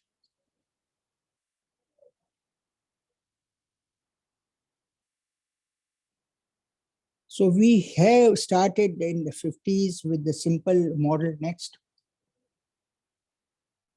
Which used to be a single level 500 millibar barotropic model, which was atmospheric model. So over a period of time, we have started the land surfaces, the ocean, the chemistry, and carbon cycle. So all these things are being added from simple weather model to a climate model, and also its interactions with the atmospheric component, human activities, the carbon recycling, the ocean systems. So all this is now a very, very complex state-of-art modeling systems which are being now run at principal meteorological centers, including the IMED and the IITM and the NCMRWF in the country. So we have now state-of-art modeling system, which helps in providing many weather forecasts of different time scales and user-specific. Next. So these are the linkages. So of course, all this can be done only with the help of supercomputers, and we do have that. We are thankful to the country that IMED and MOS has been provided with the fastest computer, the Pratyush, which is used by the MOS institutions. The main computer is at IITM. Next. With 6.8 petaflops, followed with at INCOIS, NCMRWF. Also, they do have components, a total of 8.5 petaflops, and it is to be upgraded to the 80 petaflops. So this is going to be one of the fastest computer in the world meteorological community to be used. Next. So these are the services, IMED services, which are real time.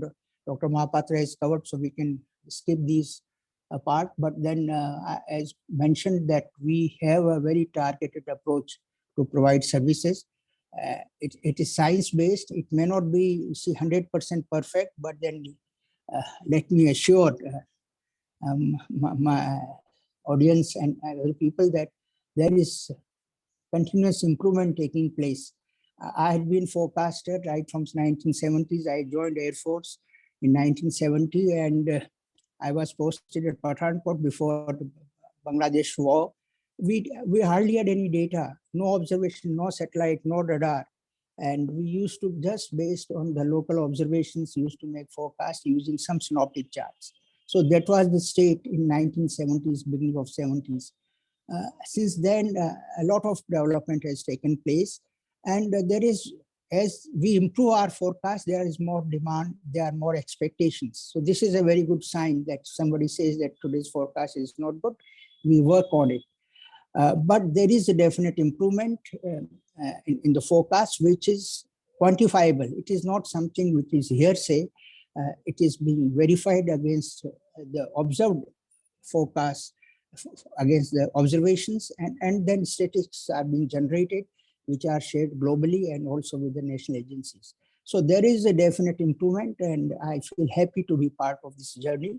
And it is being done, and I'll show you that how the two case studies, that how in the case of cyclones and heat waves, a definite, you see, not only definite, worldwide acknowledgement of Indian improvement in the Indian forecast is being there.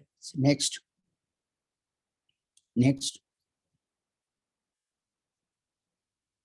So tropical cyclones, it is a multi-hazard phenomena. It has got storm surge, strong winds, heavy rainfall, and of course, heat waves are the two other phenomena.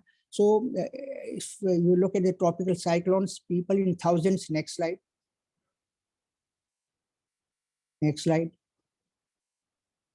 So we have in the North Indian Ocean, 15% of the global tropical cyclones only, but 86% of mortality used to take place in this region, that's India, Bangladesh, and Myanmar. And people in the lakes used to die. So these are some of the statistics, and as late as 1990s and 2000, people in 138 people died because of Nargis cyclone and Bangladesh cyclone. So a large number. Even in India in 1999 Odisha cyclone, 15,000 deaths took place. So much used to be, because we didn't have systems to monitor, no radars, coastal radars, no satellite on the high seas to know, and no numerical models to capture these systems in the prediction for long range predictions. So that was the state. And now if we look at it, because of our improved observing systems. Next. And the radars, which is all along the coast, we are able to monitor them 400 to 500 kilometers in the high seas, coupled with the satellites which are there right from the formative stage of the cyclones. These are factored into the numerical models, which provide us guidance of 5 to 7 days in, and also a landfall forecast with a fairly good accuracy. Next. So this is what we get a integrated picture. Next. These are the various models which are used and various techniques which are used in arriving at the forecast. So it is not just a single man. We have models from world over. We have got techniques which are satellites, synoptic, statistical, radar based. So all these are being used to improve the forecast, and the impact of this is there that these days the deaths because of cyclones, they ever crossed the 3 digit marks, and that too is indirect deaths, not direct deaths in many cases. Next. Similarly, the heat waves is emerging because of global warming, a major threat. And in Europe, 70,000 people died, more than any other combined effect of all other hazards in 2003, and even last year, 20,000 people died. So this is what the heat waves are causing, and that is going to become much more severe in the intensity, frequency, and the spread, as Dr. Mahapatra brought out.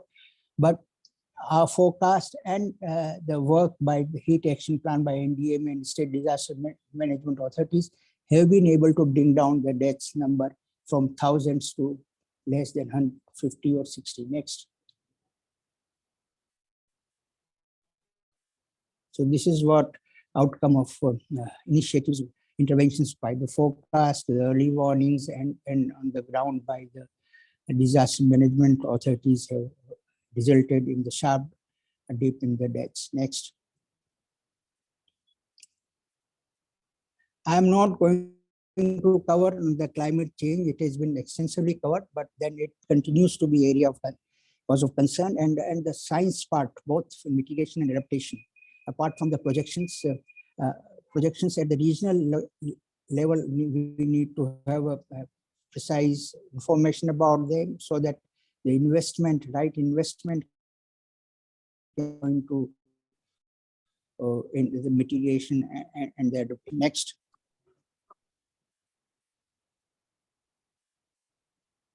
Next, please. You can go through, because I don't have to repeat on the climate change. All of you know, but let me tell you that again, there were skeptics about the climate change. Even now, there are skeptics, even in the academic institutions community, they are there. But as far as the science, majority of the science is concerned, scientists are concerned, from 80s or even earlier 70s, they have been indicating that climate change is taking place because of anthropogenic regions. And they were projecting that temperatures will increase by 1.5 degrees centigrade in coming decades, and which is now being confirmed and being reconfirmed next. These are the cycles in the past, which used to be the natural variability part of it largely next, but then now the rapid change because of anthropogenic changes are taking place next. The faster change is cause of concern, and these are the indicators which all of them are now indicating that climate change, not on the global warming CO2 increase, but its impact is being seen in almost all parameters. Next. So science of climate change, as I told you, people have been now highlighting this from 80s when AR1 came, and since then it is being highlighted in each AR6 with much more confidence. Next. So even UN Secretary General has come out with the red warning, and its impact part for 1.5 degrees centigrade is that increased risk to health, livelihoods, food security, water supply, human security, and economic growth. So these are all factors which in SDG goals are also being mentioned. So I'm sure the actions taken by the countries, including India, are the right directions. But carbon emissions, green energy to increase the green energy. So this is going to make a difference, but much more concerted efforts are required. Next.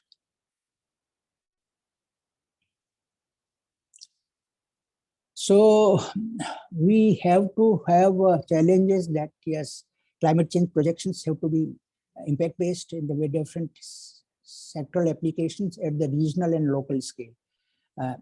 It is going to be not uniform. Climate change impacts are not going to be uniform. Also important, apart from the long-term projections, are climate variability, especially S2S, because the season and intra-annual variability are going to manage them is going to be a big challenge in the near term. Location-specific high-impact weather events, which the demand is there. When you are driving and listening to FM radio, you do require to know what is going to be the weather conditions ahead, whether it's going to be flooded or not. So all such forecasts, more demand is going to be there. And as by 2050, more than 60% of the world population will be in the urban centers. Challenge of urbanization and how to counter the change impacts which is already making on climate change is a big challenge. So we have to work on urban meteorology, both as micro observations in their impact on urban heat islands, urban weather, and also the methods to mitigate the green infrastructure in the cities is a big challenge. Next. The opportunities are immense, especially for academic and research institutions, because here you work in a multidisciplinary environment. Like MET University Gurugram, you have already air quality, air chemistry part, but apart from this, various other faculties including the finance and management, which have to now work to see whether our future investments are going to be climate proof, and also how do we generate climate change funding and the climate insurance part of it. So all these things are management issues are there, insurance issues are there, legal issues are there, and also there is its impact on almost all sectors of the society, the economy, which is there, be the agriculture, water, health, energy, infrastructure, urbanization. So the civil engineering, the green infrastructure. And another thing which we are working in the silos, Dr. Mahapatra has invited academic and research institutions to work. So there is need to work. We do have a collaborative approach internationally, but at the national level also, we need to develop public-private, academic, civil society partnerships at all the levels, so that your products which you are developing is made available to the people to use that. Next. Of course, huge data is there, improved techniques of artificial intelligence and machine learning very much going to play a very important role. Disaster risk reduction, key area which Dr. Mahapatra also, climate change mitigation, green infrastructure, low-cost sensors, nature-based solution, and customer-specific services. These are the opportunities where private sector also can come work with the academic and research institutions to generate products specific to the sectors and to the users, and also work towards the mitigation technologies in a great way. So these are the great opportunities, and I'm happy that already MET University Gurugram has taken lead, and I'm sure they'll make use of these emerging opportunities in a big way. They are working with the Ministry of Earth Sciences is a great thing, and also they have to popularize their achievements and replicate in other institutions. So that is also a big challenge. That how do we have got examples of excellence in isolations, but in silos, but how do we popularize and make them functional? Thank you so much for giving this opportunity, and I wish a great future for the MET University Gurugram in taking lead in climate change scenarios. Thank you. Thank you very much, sir. I think some questions from students particularly will be taken up after the Professor Dash talk is over. Thank you so much. Thank you so please, much, Vice Marshal Professor Ajit Tyagi, for sharing your vast knowledge about meteorology and climate changes. May I now call upon our next speaker, Dr. Sushil Kumar Dash, who has superannuated from the IIT Delhi as professor and head of the Center for Atmospheric Sciences. He was elected as the president of the Indian Meteorological Society from 2008 to 20. He is also the recipient of the prestigious Dr. A.D. Varnekar Award of IMS and was also the senior associate of the Abdul Salam ICTP Trieste, Italy over a long period of 14 years. His research interests are in interannual variability of Indian summer monsoon climate modeling and regional climate change studies and high performance computing in numerical weather models. Dr. Dash has been deputed to quite a number of reputed institutions across the world as visiting scientist. So may I now request Dr. Sushil Kumar Dash to share his expert knowledge with us. Thank you very much. Thank you, Dr. Parijat. Are you able to see my slide window? Sir, we can see your slide, but if you could put it on the full screen mode. Yeah, I'll do that. Better. Yeah, 5. Is it done? No, not yet. not yet. But I did it. Not yet, yeah. Sir, please click on the class icon again. Now I can see the pools.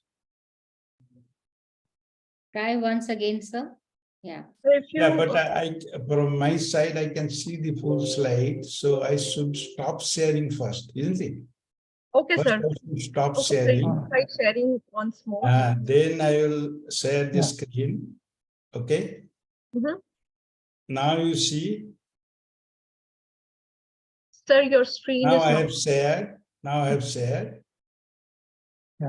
Yes, we can Yeah, see yes, now. sir, it's Yes, visible. yes, Is it yes. correct? Okay. Yeah, Yes. Thank you. Thank you so Please much. proceed. Sorry for this little technical hitch. The distinguished panelists,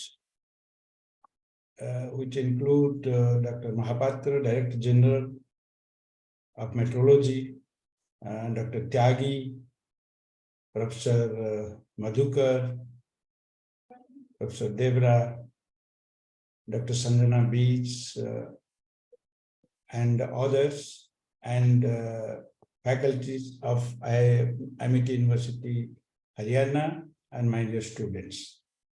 First of all, I would like to thank Professor P.B.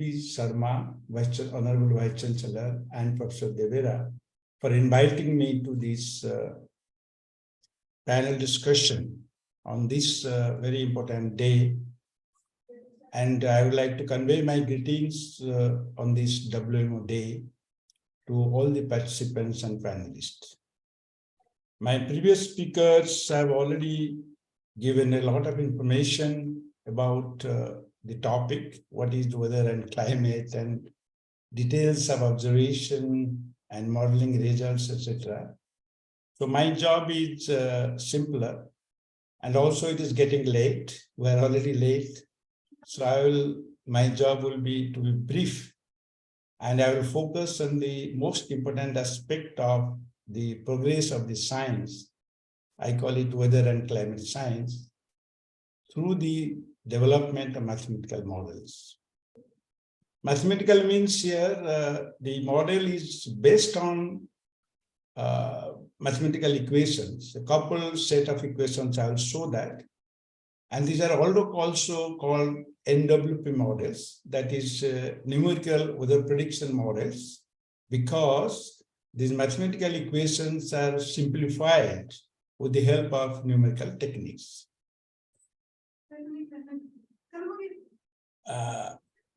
My slide, next slide is that these are the discussion points. Only 4 aspects I will cover. There are some evidences of climate change. I'll show how serious it is. Then I'll justify the weather and climate, which is multidimensional science. It is science, and it's a multidimensional science that I'll justify. Then I will go to the main topic of numerical modeling and climate change studies and future of this science. When you open any newspaper today or look at the TV, watch the TV, and go through any periodical, you'll find this type of pictures: extreme rainfall in different cities, and the human being is greatly affected for the everyday life is very much affected because unexpected rain and more than expected intensity, all these cases are. Similarly, we read news that so many people have died because of the extreme cold events or heat waves and extreme rainfall events like that. Thunderstorms also, they're killing a lot of people. These are the everyday news. I'm not saying that these news were not there earlier. These were also there earlier. But the whole problem is that now we observe, not only observe, but we perceive, and also we found scientific evidence that these are increasing in number. That is the whole problem. Not only number, but intensity. They are becoming more frequent and more severe, which you cannot tolerate. Human being cannot tolerate. That is why you are worried. Otherwise, these things are happening because these are natural phenomena. These are not unnatural. But not only everyday life, a human being, not only the human being, but also animal life. There are a lot of studies. This slide I got from some source from US that a lot of animals are being affected, different parts of the US, similarly in our country also, because of the extreme heat and moisture and rainfall and whatnot. And the best example is this golden toad. This species is no more available because it has been scientifically studied that they were available only in the region of Costa Rica, which connects North America and South America. Only in that region they were available. But it has become so hot that moisture is less because these animals are very delicate. They need a moist atmosphere.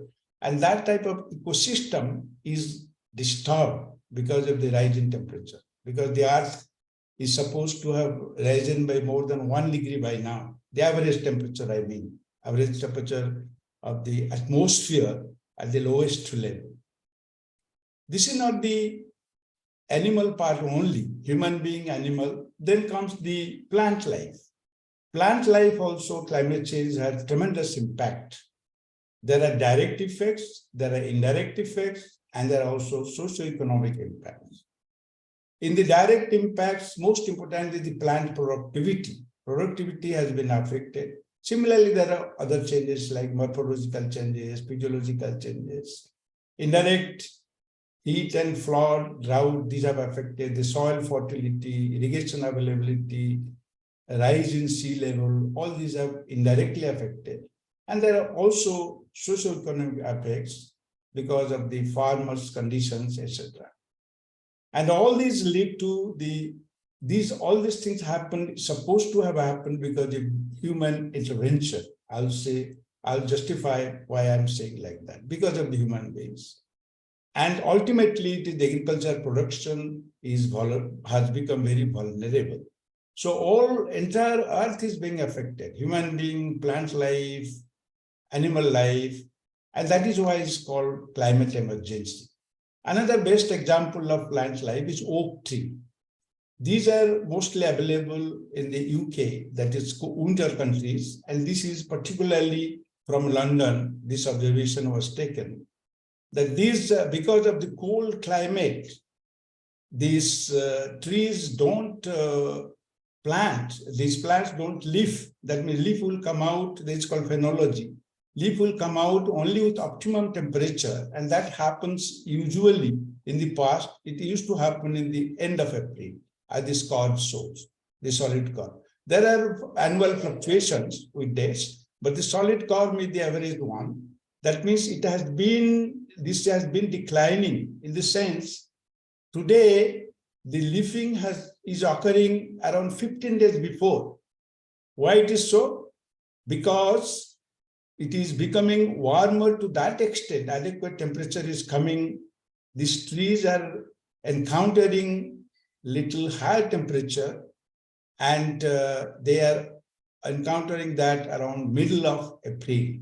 So 15 days, there's a difference of 15 days in a long time scale, about 100 years, or more than 100 years. This scale shows more than 100 years. In more than 100 years, the leafing period of these trees have become earlier because it is becoming warmer earlier than the end of April. These are the problems, and that is why we call climate emergency, because the sustenance of life has become a serious question. And to the extent that you might have heard about 1.5 and 2 degrees business, that is, it is found that if the Earth temperature, which has already gone up by 1 degree, the atmospheric temperature, if it touches 2 degrees, it would be very, very difficult to survive. There will be so many changes, sea level rise, forget. There will be melting of the snow and water may not be available, so many other problems. Human life cannot sustain.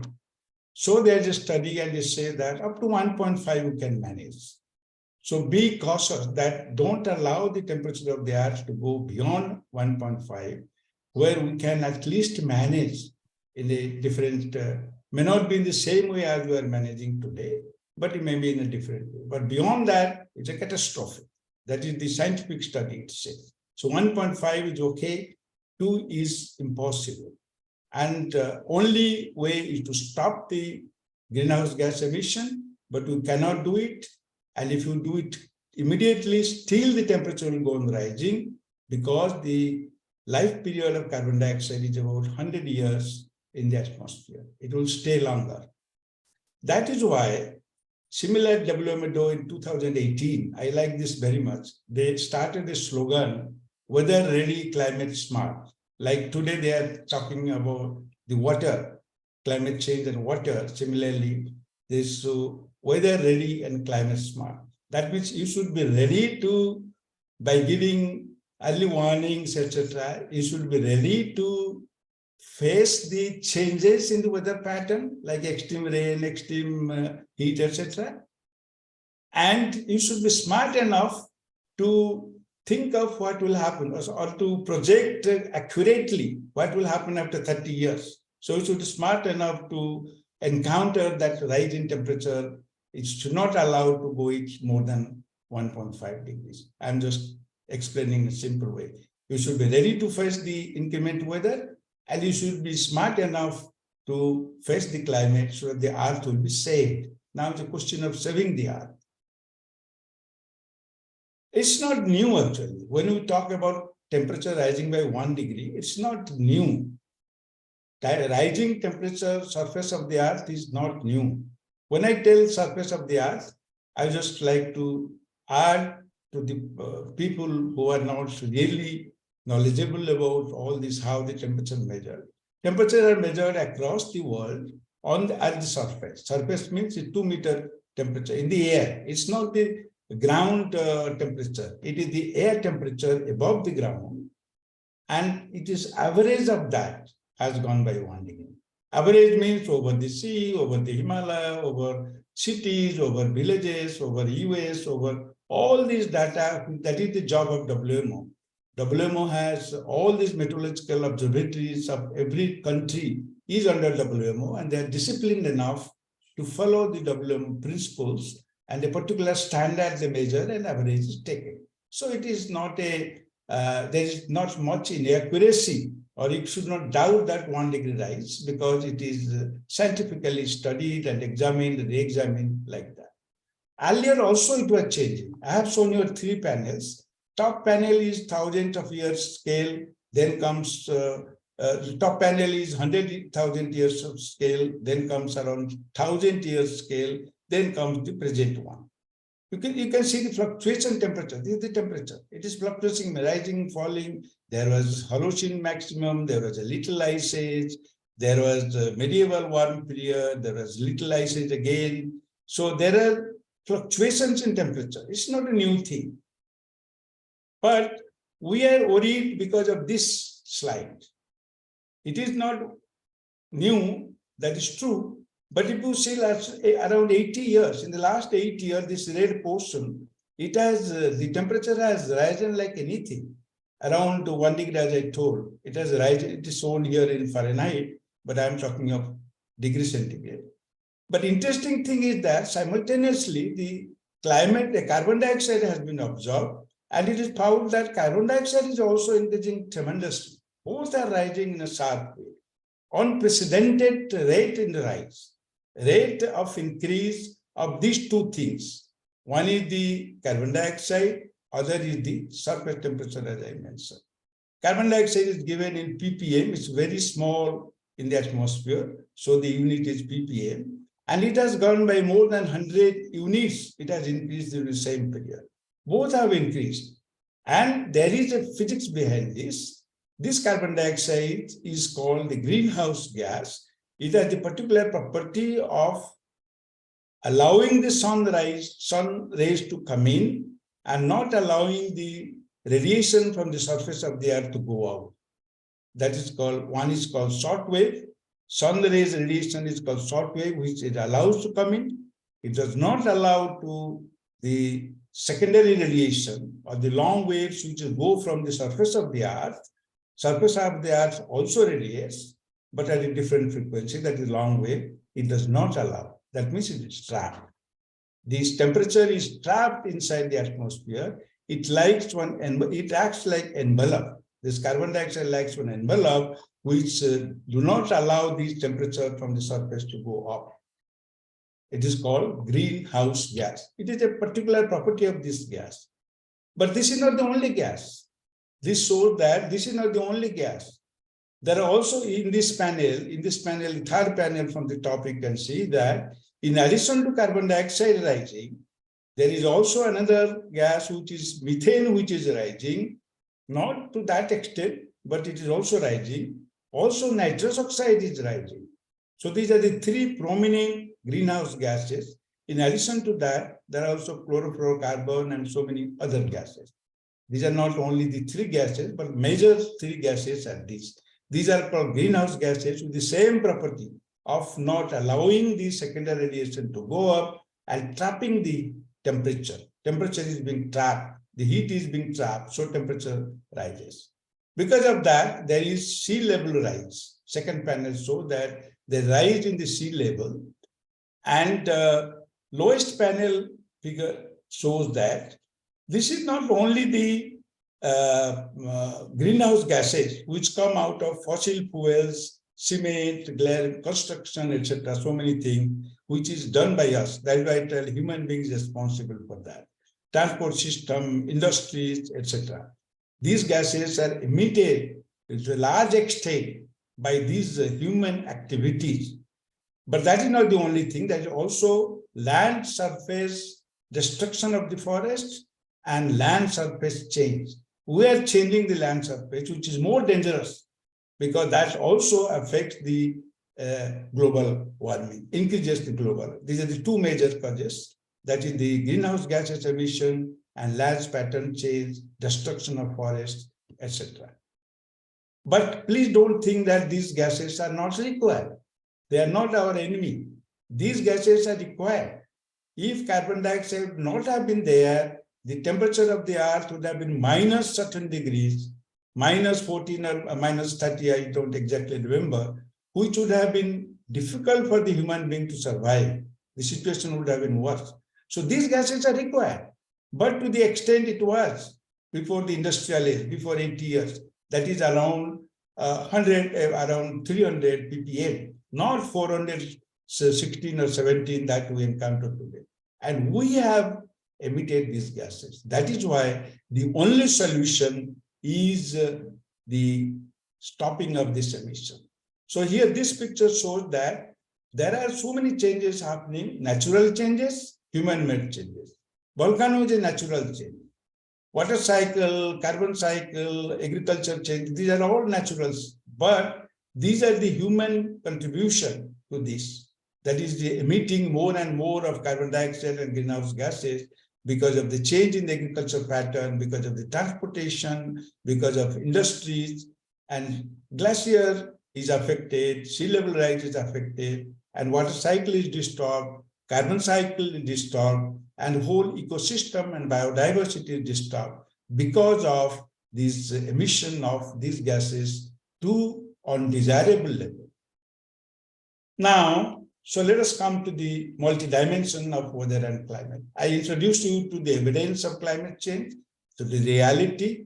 We must accept that it is happening. Earlier, some scientists were not believing. Today, there's climate skeptics are very less in number. They are not realizing what is happening because everybody sees that and perceives that. You can't deny it.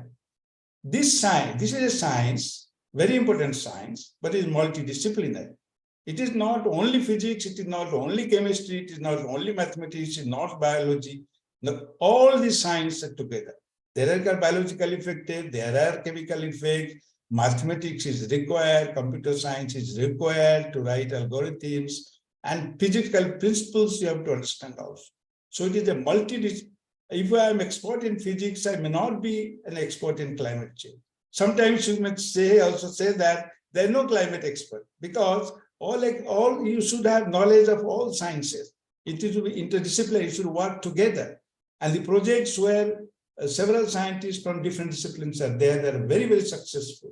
Today, the chemistry's contribution is as important as physics contribution, even biological contribution from the surface, from the sea level is also important. And not only that is multidisciplinary, it also affects all walks of life. It affects agriculture, it affects human health, it's about water availability, biodiversity, ecosystem. So it's a very, that is why we are worried, because it is so important that we have not understood it completely, because we have not devoted that much of time. And for this, we have to work together. That is called PPMO. That means public sector have to work with the private sectors and with academia. The meteorological agencies of each country should work with private meteorological companies and also research institutions and students and teachers. This slide shows that on the right-hand side, there is modeling progress, and that modeling is essential to look at this complicated interaction between different systems and impacts, adaptation, and vulnerability. These are all important. And unless you understand the modeling part, you cannot proceed, because one of the best ways of forecasting, why you are studying this? We are studying to know the future, either within a day or two what will happen, or what will happen after a month, or what will happen after 30 years. So we want the future. If you want to have future, the best way is mathematical modeling, because this is based on scientific understanding. So solution to climate change is not simple. We have understood the cause, there's no doubt about that. This is a global problem, there's no doubt about that. Individually, we are there, but this has occurred because of the industrialization by certain countries to a very large extent. And that has happened because greenhouse gases are emitted, as I told. And only solution is to reduce emission greenhouse or stop it. But it cannot happen because it is connected to the industry. There cannot be so-called progress. We need industrialization. Developing countries need industrialization for quality of life to be enhanced, so-called growth, that is called. So you cannot stop it, because those who have already progressed, they may say that you stop it, but we cannot, because we have poor people and we have to enhance their level of social level much higher. And economy is the country backbone, which depends on industry. And that is why the reduction of greenhouse gas is connected to the geopolitics. There are so many international organizations, they are meeting every year through COPs and all these things. They are debating, they are stop the coal production. Like last meeting, they told that India suggested that you cannot really stop the coal, you can reduce only. That is the most important contribution. When measure these developed countries can say stop using coal. But where is the renewable energy? What is the knowledge for that? What is the technology for that? They have to provide that technology to us, because we have come to this disastrous stage not because of our activity. We have come to a collective activity, can say, or activities of some countries which are much ahead of us economically. So it's a very, very complicated issue. Now, this is this that the sustainable development goals. I'm happy that MET University is progressing in that direction. They want to be sustainable so far as the climate change is concerned. But for sustainable goals to achieve, you need the proper data. You need the accurate data, climate, accurate information weather and climate. Then only you can think of a policy or scientific solution at each level, because you are talking of global issue that is rising of carbon dioxide, then you are coming down to the local issue of stopping the having the sustainable development at the local level. So they are very, very different scales, and for that, only way is the scientific approach. And that accuracy of data availability can only happen through modeling. So you must have modeling, and there are examples of that. I'm not telling just like that because I'm a modeler, but there are so many examples, and progress has been made only because of mathematical modeling. But sorry, I should not say only, I'm very sorry, I would do that. It's not only mathematical modeling, most of the progress, but the observation is the most important thing. because the observation go into the model. Model will be useless unless the accurate data is fed into it. If you put garbage into it, the garbage will come out of the other side without your knowledge. You may think that model has done wrong, but no, because the data you have collected is not the accurate data. So observation is the key. Observation is the key. Then next comes equally important is understanding the physical processes that we have been doing. So many international scientists, so many international organizations have devoted their time and come to this stage. Physical understanding. Model cannot grow unless there is physical understanding. Just like model cannot work unless there is accurate data. Then comes the numerical modeling for prediction, and finally the state-of-the-art computing. When computer growth of computer and growth of the modeling have parallel, come together. The computer, first generation of computer came, model developed to that extent to prove. And then now the state-of-the-art computers are there, and we have state-of-the-art climate models. So they are synonymous, they are together. This is the short one chart, which is very interesting, that before 1960, there were climate models, weather and climate, but very descriptive, qualitative. During 80s to 60s to 80s, there are development of mathematical models, but only for the atmosphere. Atmospheric models were developed, only atmospheric part. But soon could be realized that atmosphere is driven by the ocean. If the ocean temperature is high, atmosphere, because there is an interaction between ocean and atmosphere, and ocean retains the temperature, retains the heat for a longer time than the atmosphere. So you cannot ignore the ocean and have sophisticated atmospheric model. So couple models developed. That means only one model which will couple the ocean and atmosphere. Then beyond 90, it has been realized that no, this is not sufficient. You should have Earth system model. Earth system model means you cannot ignore the melting of the snow in the northern pole or southern pole. And geological processes you cannot ignore. Similarly, there are very important processes, so it is called Earth system model. Today, it is the Earth system model which counts. All our models don't have, they might have academic values, but for forecasting and all these things, because the atmosphere has physical processes, chemical processes, biological processes. You have to integrate all these three processes, just like space, atmosphere, land, and ocean, they're all together. It's an integrated system, and this science is also integrated. This is called the multidisciplinary science. And the impact will be also on all sectors. I am not taking you through these equations, but simply I'll say that these are 6 equations, but actually there are 7 equations, because the first equation, the momentum equation, is the velocity, which, as you know, is a vector quantity. All of you know that it's a vector quantity, so it has direction. So there are 2 directions to this. Vertical one is observed somewhere else in one of these hydrostatic approximations.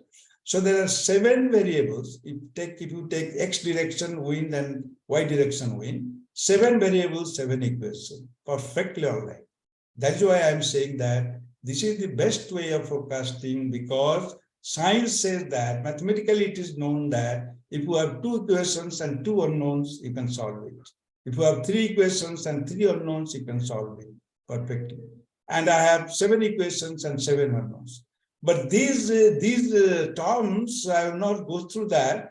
These are very, very dangerous terms. In the sense, they are called non-linear terms. They are not simply x into y. They are dx, dt into y, or so many variables are there also. Variables are variation, rate of variation of parameter is mixed with this same parameter. These are called nonlinear equations. That is why you have to simplify these equations. For this, the first stage of accuracy comes here.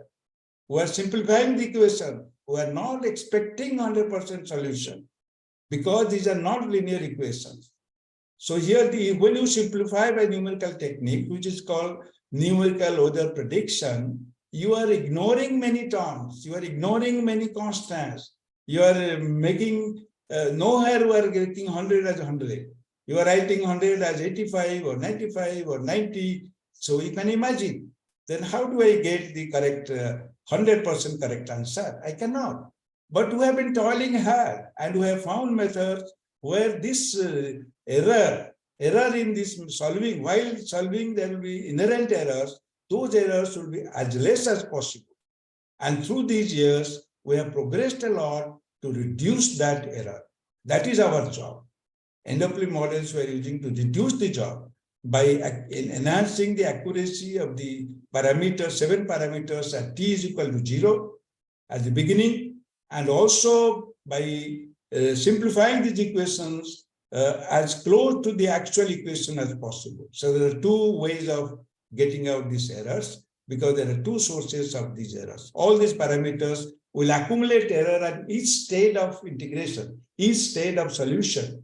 We don't just solve for 100 years together. Mathematical questions solve for a small time, maybe 1 minute, 2 minutes, 3 minutes, like that. Then go on extrapolating, adding.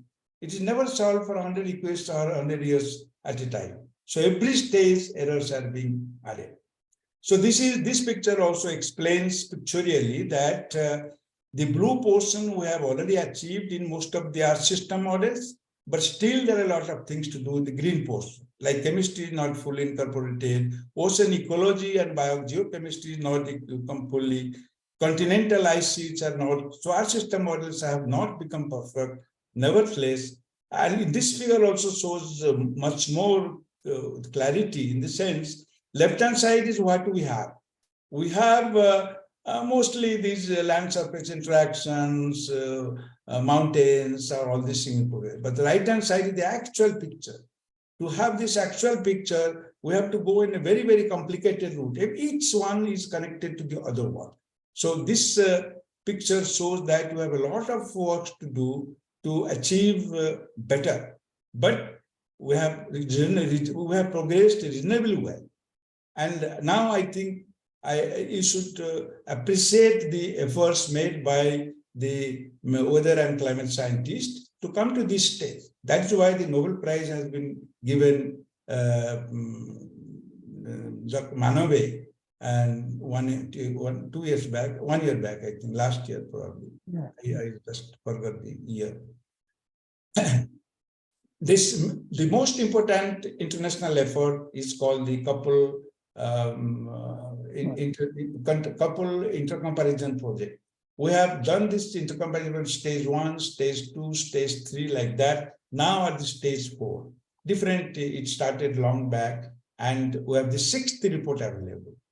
And this is how the first experiment, only 1 or 2 organizations were incorporated. Only 101 experiment was made. Next stage, 2 experiments made. In the CME5, the previous version, 110 experiments, number of experiments are made by different scientists across the globe.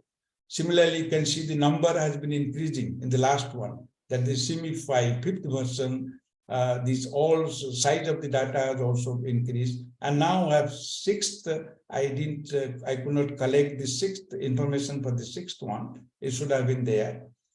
And this is the state-of-the-art modeling system today. This is the globe.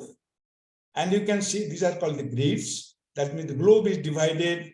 If you join these latitudes and longitude uniformly, then you will find these are the grid points. Information is required at each of these with 10 kilometer height of the atmosphere. So you can imagine how many points will be there. All these parameters I mentioned above, these 7 parameters can be reduced to 5 parameters, important parameters, like temperature, moisture, surface pressure, 2 wind directions. These 5 parameters should be observed at t is equal to 0. When the model forecasting integration starts, that has to be provided. You can see that in the global model, they are far away, maybe 200 kilometers, 100 kilometers, sometimes in some models, 250 kilometers, like that. These parameters, if you get at larger distance, means you provide less information. So the result will be obviously less accurate. But today, limited area models are there. So left-hand side is called the global model, global circulation model. That means it is around the globe. But that is not possible to get very high resolution values, close values. So the ASEAN region climate system model came. It should be smaller domain. And here you can enhance these grid points closer. As you can see in this figure, the grid points are closer. And in the global model, they are far away from each other. But in the RCM, it can be closer, as close as possible. But today, the weather model we are talking about is 12 kilometers in case of the IMD, 12 kilometers. And they are a different time scale. I'm talking about the weather time scale, 3 to 4 kilometers for the regional one. But in climate sense, this RCM is there is one set of data where it is 12 kilometer data available, but mostly 25 kilometer data is available because we want to go for the VIA study. VIA study means vulnerability, impacts, and adaptation. There's no point in doing this modeling unless you get the future values and unless you use those future values for the application in agriculture, human health, etc., water availability, etc. That is the whole purpose. So regional models are greater demand, and regional models with their system concept. That means regional model will have everything into it, not only the atmosphere, not only the ocean. This is the 14 areas. This is under the CODEX program, 14 areas, and you can see these overlapping regions. These domains are for different, for example, for India, this is the domain where we're talking of South Asia. The domains are overlapping, and focus is only on the land. Because when you talk of agriculture, you are not going to the ocean. When you are talking of the health, you are not going to the ocean. So you want these parameters either in your future or after 100 years from these models, mostly over the land area. So focus is on land area for the VIA study, for the impact study in different aspects. There are 14 domains, and several models are running over this. And then scientists are analyzing all these models data, which are available to a very, very large extent. The CODEX experiment, this is called the CODEX experiment. Sixth, during this CMIP6 is the global model, CMIP6 is the global concept, and CMIP6 CODEX is the regional concept. Ultimately, you need the global models to run the regional models. So you cannot say that forget about global model and let us talk of only CODEX. No. CODEX cannot run unless you have the global model, because the boundaries, all these 5 parameters, you need at these lateral boundaries. That is very, very important. Otherwise, it cannot run. And this data set I was talking about, this Copernicus data set, C3S, this is from the 6th assessment report. This 12 kilometers is in some regions available. What did it say? This international study of the 6th assessment says that humans are unequivocally responsible for the global warming. No if and doubt, but they are saying that humans are responsible. This is a report of 234 authors across 66 countries.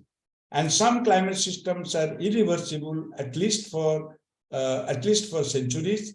But there is one silver lining. It says that almost, although the time is running out, it is not too late to avoid the worst impacts of the climate breakdown.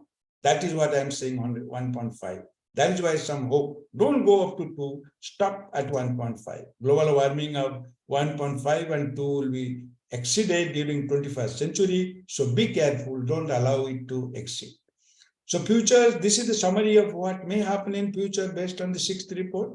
That is, the extreme heat will be more frequent and intense, which we perceive. You cannot challenge this. Droughts increasing in some regions. Heavy rain more frequent and intense in most of the part of the world, everywhere, almost every country. Wildfires are more frequent. We're not facing that much. But in America and Australia, you might have Brazil, you might be getting this news that it is not, it is as dangerous as heat waves and other heavy rains, etc. Oceans are warming, not only warming, but because of that, it is acidifying and losing oxygen. Once the acidification happens and more acidification happens and it loses oxygen, life cannot sustain. And once life doesn't sustain in ocean, you can think of the availability of the sea products for our sustenance. In addition to that, there will be also biogeological processes, interaction, etc. So actions are needed at all levels.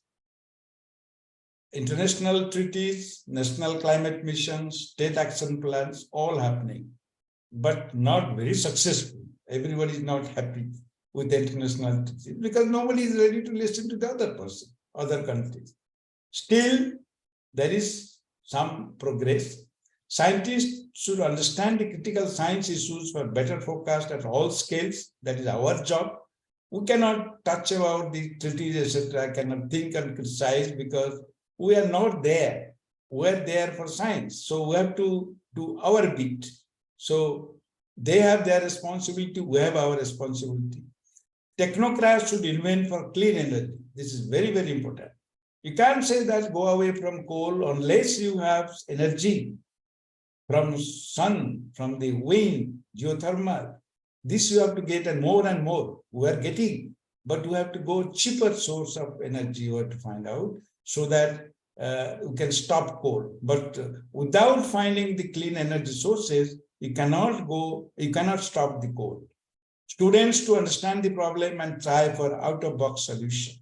I feel that students are almost all agree that they're sharper. Younger generation is sharper than us, and they can think of some out of the box. If this problem is put into their head from the beginning at all levels, even at school level, then sometimes some brilliant student may come out and find out some out of box solution to this problem. Citizens have also at any age they can have collect data. That is happening through citizen science efforts. Many countries, in UK now also, private data sources are there and they are supplying. Citizens are collecting at homes and they are providing that, and then there is quality check, and then that is going into the model. So citizen science is very important. Scientific societies like our Meteorological Society, International Federation of Meteorological Society, SHAMA, all these have very important role to create awareness. And general mass should also have nature-friendly practices. There are many like switching off the don't use the energy, don't use the car all the time, blah, blah, blah. So many issues I am not the right person to say, but these are very common things one should follow that practice. And one thing I forgot here, the out-of-box solution means I greatly believe in the what you call startups. Sometimes startups give best solution in scientific problems. The private source startups. So young generation is interested in startups, so they can think of some like use of artificial intelligence, ML, data science, that etc. So where do we stand now? I told I will be brief, so I am closing in 2 slides. Where do we stand? The era of NWP has taken the progress in weather and climate to a new height and has gained confidence among the people. There's no doubt about that. The above has happened because of working together of scientists from different operational agencies and Institute of Higher Learning, which create close collaboration between research and developing efforts of different organizations. And scientific breakthrough has come due to theoretical advances in practical solutions like fluid dynamics, numerical methods, subgrid scale, these are technical words, subgrid scale, physical parameter schemes, clouds, mountain interaction, assimilation of diverse observations, because you take the, I heard that Amity University is having a station, but I don't know whether that data is really going to the model of forecasting modeling or not. And not only at the surface, there should be data at the height also. The 10-kilometer height atmosphere data at different stages is more important than only observation data. So simply taking the observation is for monitoring, for knowledge enhancement, that is fine. But this data should also go, there should be mechanism to take this to the forecasting model and ultimately high performance computing. What lies ahead? A lot of things lies ahead. It's very promising, I tell you. Increasing demand for climate products by every sector in the society for every region at all time scale. Everybody wants to know his future with weather and climate at his home. Since situation is like that. All sectors need, all villages need, agriculture, industrialists, tourists. So there is a demand because they have belief. If IMD, for example, has not given good results, People will not care for IMD, will not expect, but people are expecting because there is positive results coming out, but not to the extent to we think, because we do not know the exact problems facing by the scientists. So that is the whole thing. So there is a great future. I am sure that a lot of things will happen in future. In some countries it is happening, they are doing better than us. In some aspects we are doing better than them. So future is bright.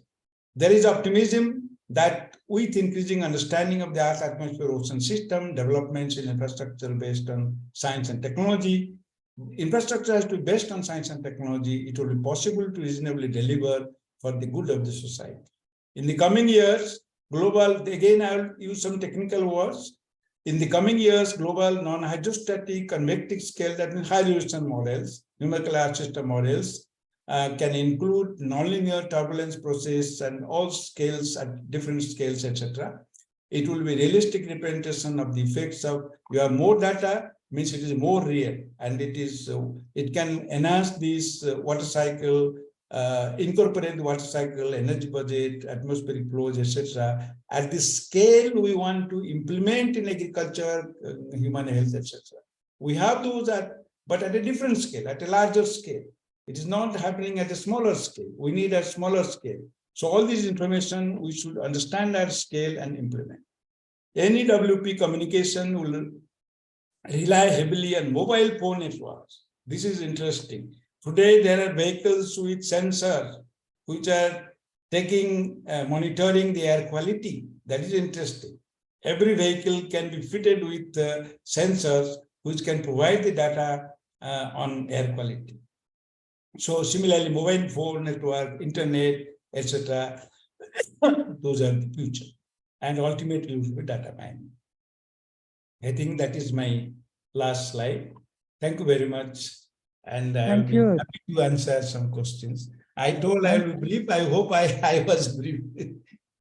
Thank you, Thank you. Mr. Thank you Das. very much. Your presentation was an excellent presentation, and you have highlighted very positive points. You have very beautifully highlighted the model, like global climate model, the Earth system model, which is an essential model, regional climate model, and further impacts and action needed at all levels, and what lies ahead. I hope what I promised you at the beginning, that you will appreciate that there are a lot of uncertainties. In spite of that, the progress made by us, you cannot ignore. And I hope you understand now.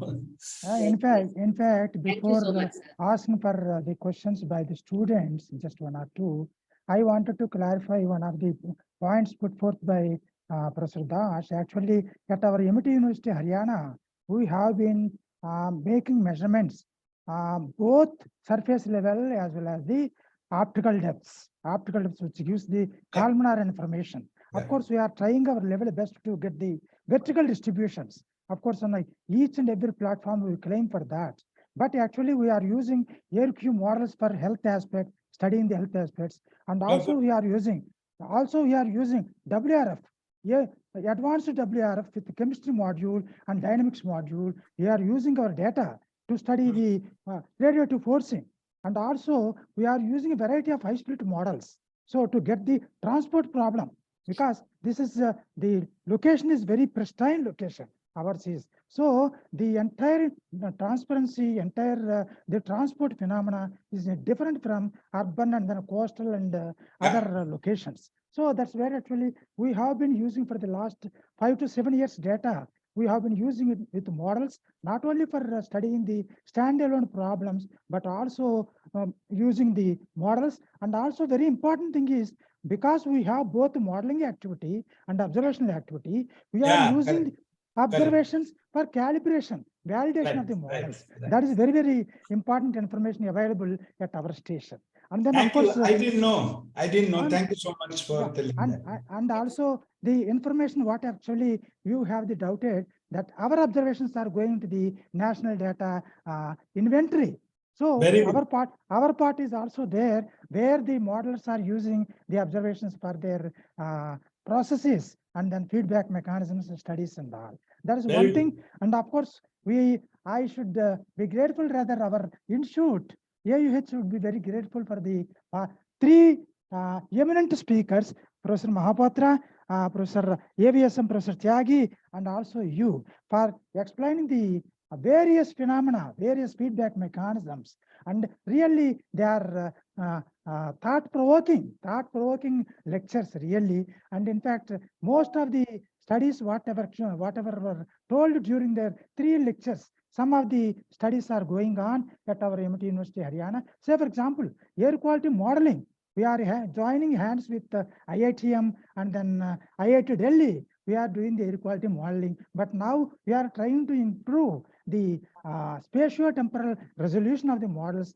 by studying the short-lived gases. Actually, we found that combinedly, short-lived gases are major responsible. So we are trying to minimize and improving the models, also air quality modeling. And of course, observational studies are concerned. We have been doing, in fact, the South Asian pollutants, how actually they are transferring and they are transporting. One problem we uncovered, see, whatever mitigation process you apply, either in models or in observational techniques, so many numerous toxic gases are being generated.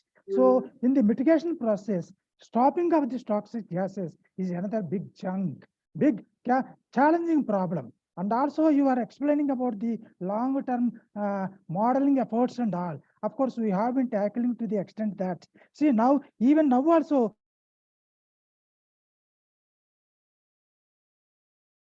that is one of the things actually committed climate change, where our this anthropogenic activities were there even pre-industrial era, but molecules like carbon, their lifetime is hundreds of years. So those effects are also being continued.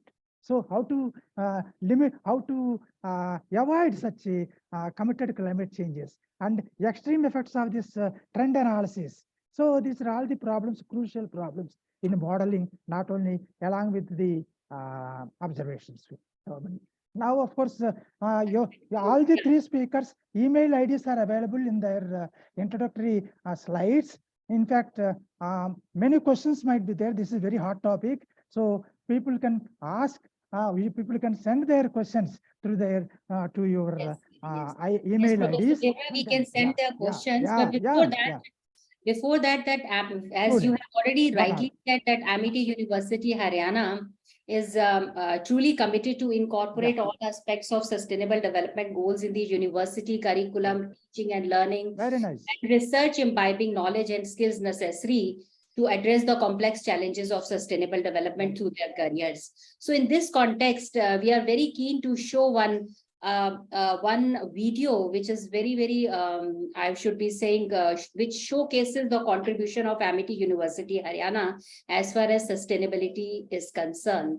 So I request Dr. Parijat to just play that small video. Sure, ma'am.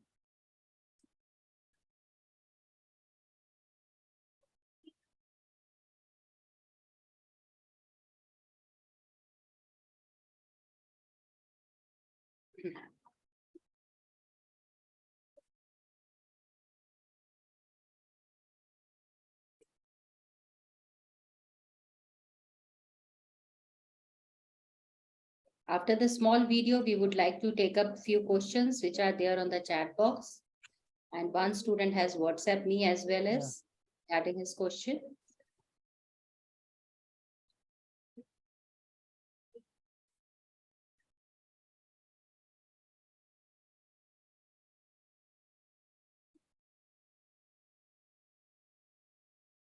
Voice is not coming, Parijat. Audio is. Audio. Ma'am, just hold on, I'm seeing. Yeah, yes.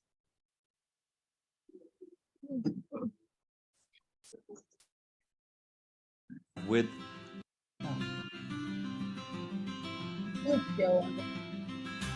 at Amity, we are so happy and so proud to have attained the highest level of LEED Platinum certification. It is a sign of the close partnership that we have with the US GBC and GBCI and also Amity's commitment to sustainable development to ensure that every aspect of the university functioning holds itself to the highest standards of thinking green and acting green. Students, they are the nearest and dearest to our heart, and this process of getting certification is also an attempt on our part to educate the children about what it means to be environmentally conscious and socially responsible. If you look at the overall design, the building envelope is quite efficient. There are double walls which enable to restrict the heat gains inside the building. A lot of light and views come inside the building which help people to actually take it in a very comfortable manner. Energy savings that have already been achieved also in the project is around 45% over a national average building. We are paying focused attention on deployment of solar power within our campus. During this year, solar rooftop will come on most of our buildings. We are working very closely with the Ministry of New and Renewable Energy and NICE for our solar projects, where we are offering skilling programs to the large masses. We have also taken a challenge to making Amity University the first net positive campus in the country, and this challenge we will be working with USGBC on as well in times to come. We are also looking at possibility tomorrow where the biomass within our campus and the algae which we produce from the wastewater, like biodiesel or biomass gasification, that would give us an opportunity to harness further layers of energy. Project has achieved almost 40% reduction in the use of potable water in this campus. We are doing tremendous amount of water harvesting to ensure that every single drop which we receive is absorbed by Mother Earth and retained there. And we are also reprocessing wastewater to the best of our ability. In fact, we are truly proud to be a campus where zero discharge of wastewater is attained by our green initiatives. The beautiful greenery which I have here also ensure that evaporation of water is reduced to a great extent, and therefore the heat shield which would otherwise form on and above the campus is reduced significantly. No organic waste goes out. It all gets recycled on the campus. So there is farming, herbal gardens, vermicomposting, biogas plant, sewage waste is taken care by the sewage treatment plant, and recyclable waste which gets generated from the buildings is disposed of in a more efficient manner rather than moving those to landfill. This is a hub of flora and fauna. There are more than 80 species of birds that fly into the campus. Amity University Gurgaon has a state-of-the-art air monitoring center, and I was amazed to see the results recently. The PM 2.5 levels there on average have been at about 27, which is lower than many big cities in the world. Today, within the Amity Group, we have 150,000 students, which is across 30 campuses, continued certification of all of our universities and campuses, which is an important step, but also to establish the LEED lab. Also, any corporates who come onto the campus, that they can see through our LEED lab how these concepts of being environmentally conscious is woven into the curriculum for each one of our students. We are a research and innovation driven university. So within the curriculum, every student at Amity learns about environmental studies, which is a compulsory core course for all undergraduate courses. It is proven that the corporations that will be most competitive in the future are those that have a very firm mission and goal to be conscious of society and are contributing in more ways than just thinking of profit. I believe that those organizations that are most conscious will also be most profitable in the future. And I think to get certification such as that of LEED is a very important step in that right direction.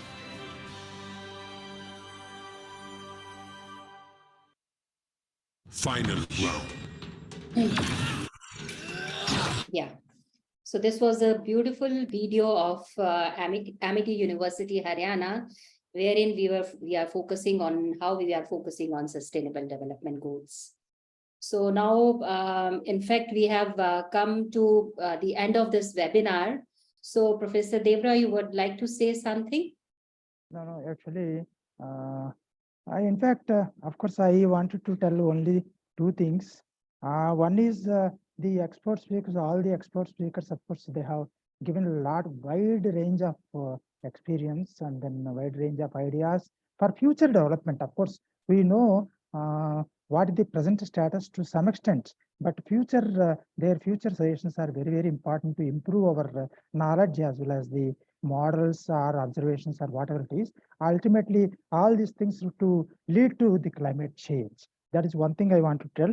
And the another thing is the modeling versus observations. Of course, I have already told, but that has to be enhanced further with verification and then validation processes. And then, of course, a lot of programs are now being run with the assistance from the various government funding agencies. But of course, the thing is now the doubt is that whether data size is important or data quality is important. These are the two things we have to finalize. But of course, by having the systems like validation centers like altitude validation centers and all should be developed, and also thereby the modeling activities and modeling accuracies and then will be enhanced, and thereby we can minimize the inhomogeneities problem arising due to inhomogeneities, and then uncertainty also can be reduced. This is what actually, but I feel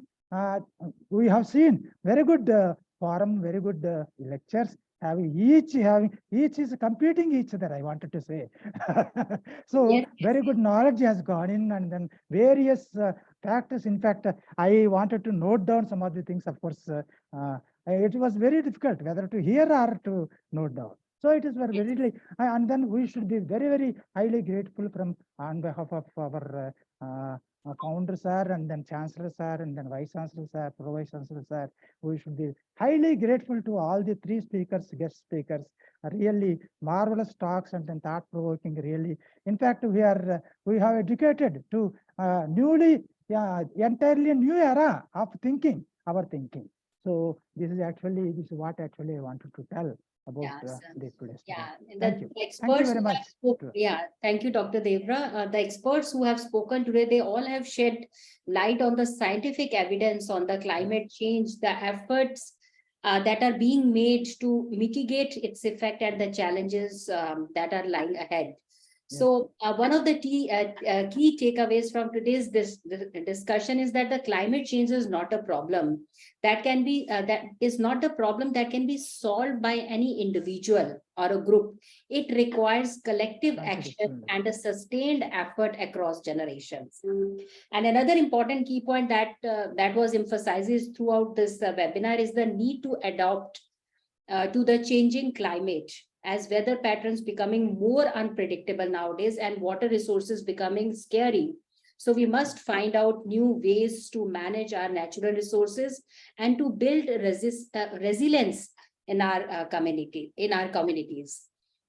So I would like to thank all the speakers and participants for sharing their knowledge and insight today with us. Vote of thanks is there. Yes. I would request Dr. Ahmed to give vote of thanks. Dr. Ahmed. So, yeah, am I audible? Yes. So, good afternoon to one and all. I deem it a great honor and privilege to propose the vote of thanks on this memorable occasion of World Meteorological Organization Day 2023 on behalf of my colleagues of Amity Center for Ocean Atmospheric Science and Technology and Amity Academic Staff College, Amity University, Haryana. I take this opportunity to thank our guest of honors, Dr. M. Mahapatra, DGM, IMD, Air Vice Marshal Retired Ajit Tyagi sir, and Professor S.K. Dash, immediate past President, Indian Meteorological Society, to grace this occasion with your presence. Thank you very much for taking time out of your busy schedule and provide us an excellent coverage on the future of weather, climate, and water across generations. Today, we had the opportunity to hear your thoughts, and this is definitely encouraging us in our future. Thank you very much. I extend my gratitude to our Honorable Founder President, Dr. Ashok K. Chauhan sir, and Honorable Chancellor, Dr. Asim K. Chauhan sir, for continuous encouragement and motivation to achieve many endeavors. Thank you, sir. It is my pleasure to thank Honorable Vice Chancellor, Professor P.V. Sharma sir, and Honorable Pro Vice Chancellor, Professor Dr. Vikas Madhukar sir of Amity University, Haryana, not only for the valuable time spent with us, but also continuous motivation and guidance without which it was not possible to organize this event. Thank you, sir. I express my heartfelt thanks to Professor Dr. Tanu Jindal for sharing a valuable time with us. Thank you, ma'am. My sincere thanks to Professor Dr. PCS Devra, Director, ACOST, SH, Amity University, Haryana, for their valuable efforts in organizing this successful event. Thank you very much, sir. I express my heartfelt thanks to all these team directors, HOIs, HODs, and faculty members, and the students present today for sharing their valuable time with us to grace this occasion. Thank you very much. Last but not least, I thanks to IT department, members of Amity University, anchors of the event, and to all my colleagues for their enormous cooperations in the organization of this event. Thank you very much. So with this, may I request Professor Devra to give me the permission to close the session? Yes, I think Dr. Sanjana, we can close Yes, this. thank you, Okay, Professor. thank you. Professor Devra, Thank you. Dr. Amir, Dr. Subhansh, Dr. Parijat, thank you for your support to conduct this program successfully. Thank you all. Thank you, Puneet. Thank you so very much, right person Puneet, who is waiting since long. Thank you so much, everyone.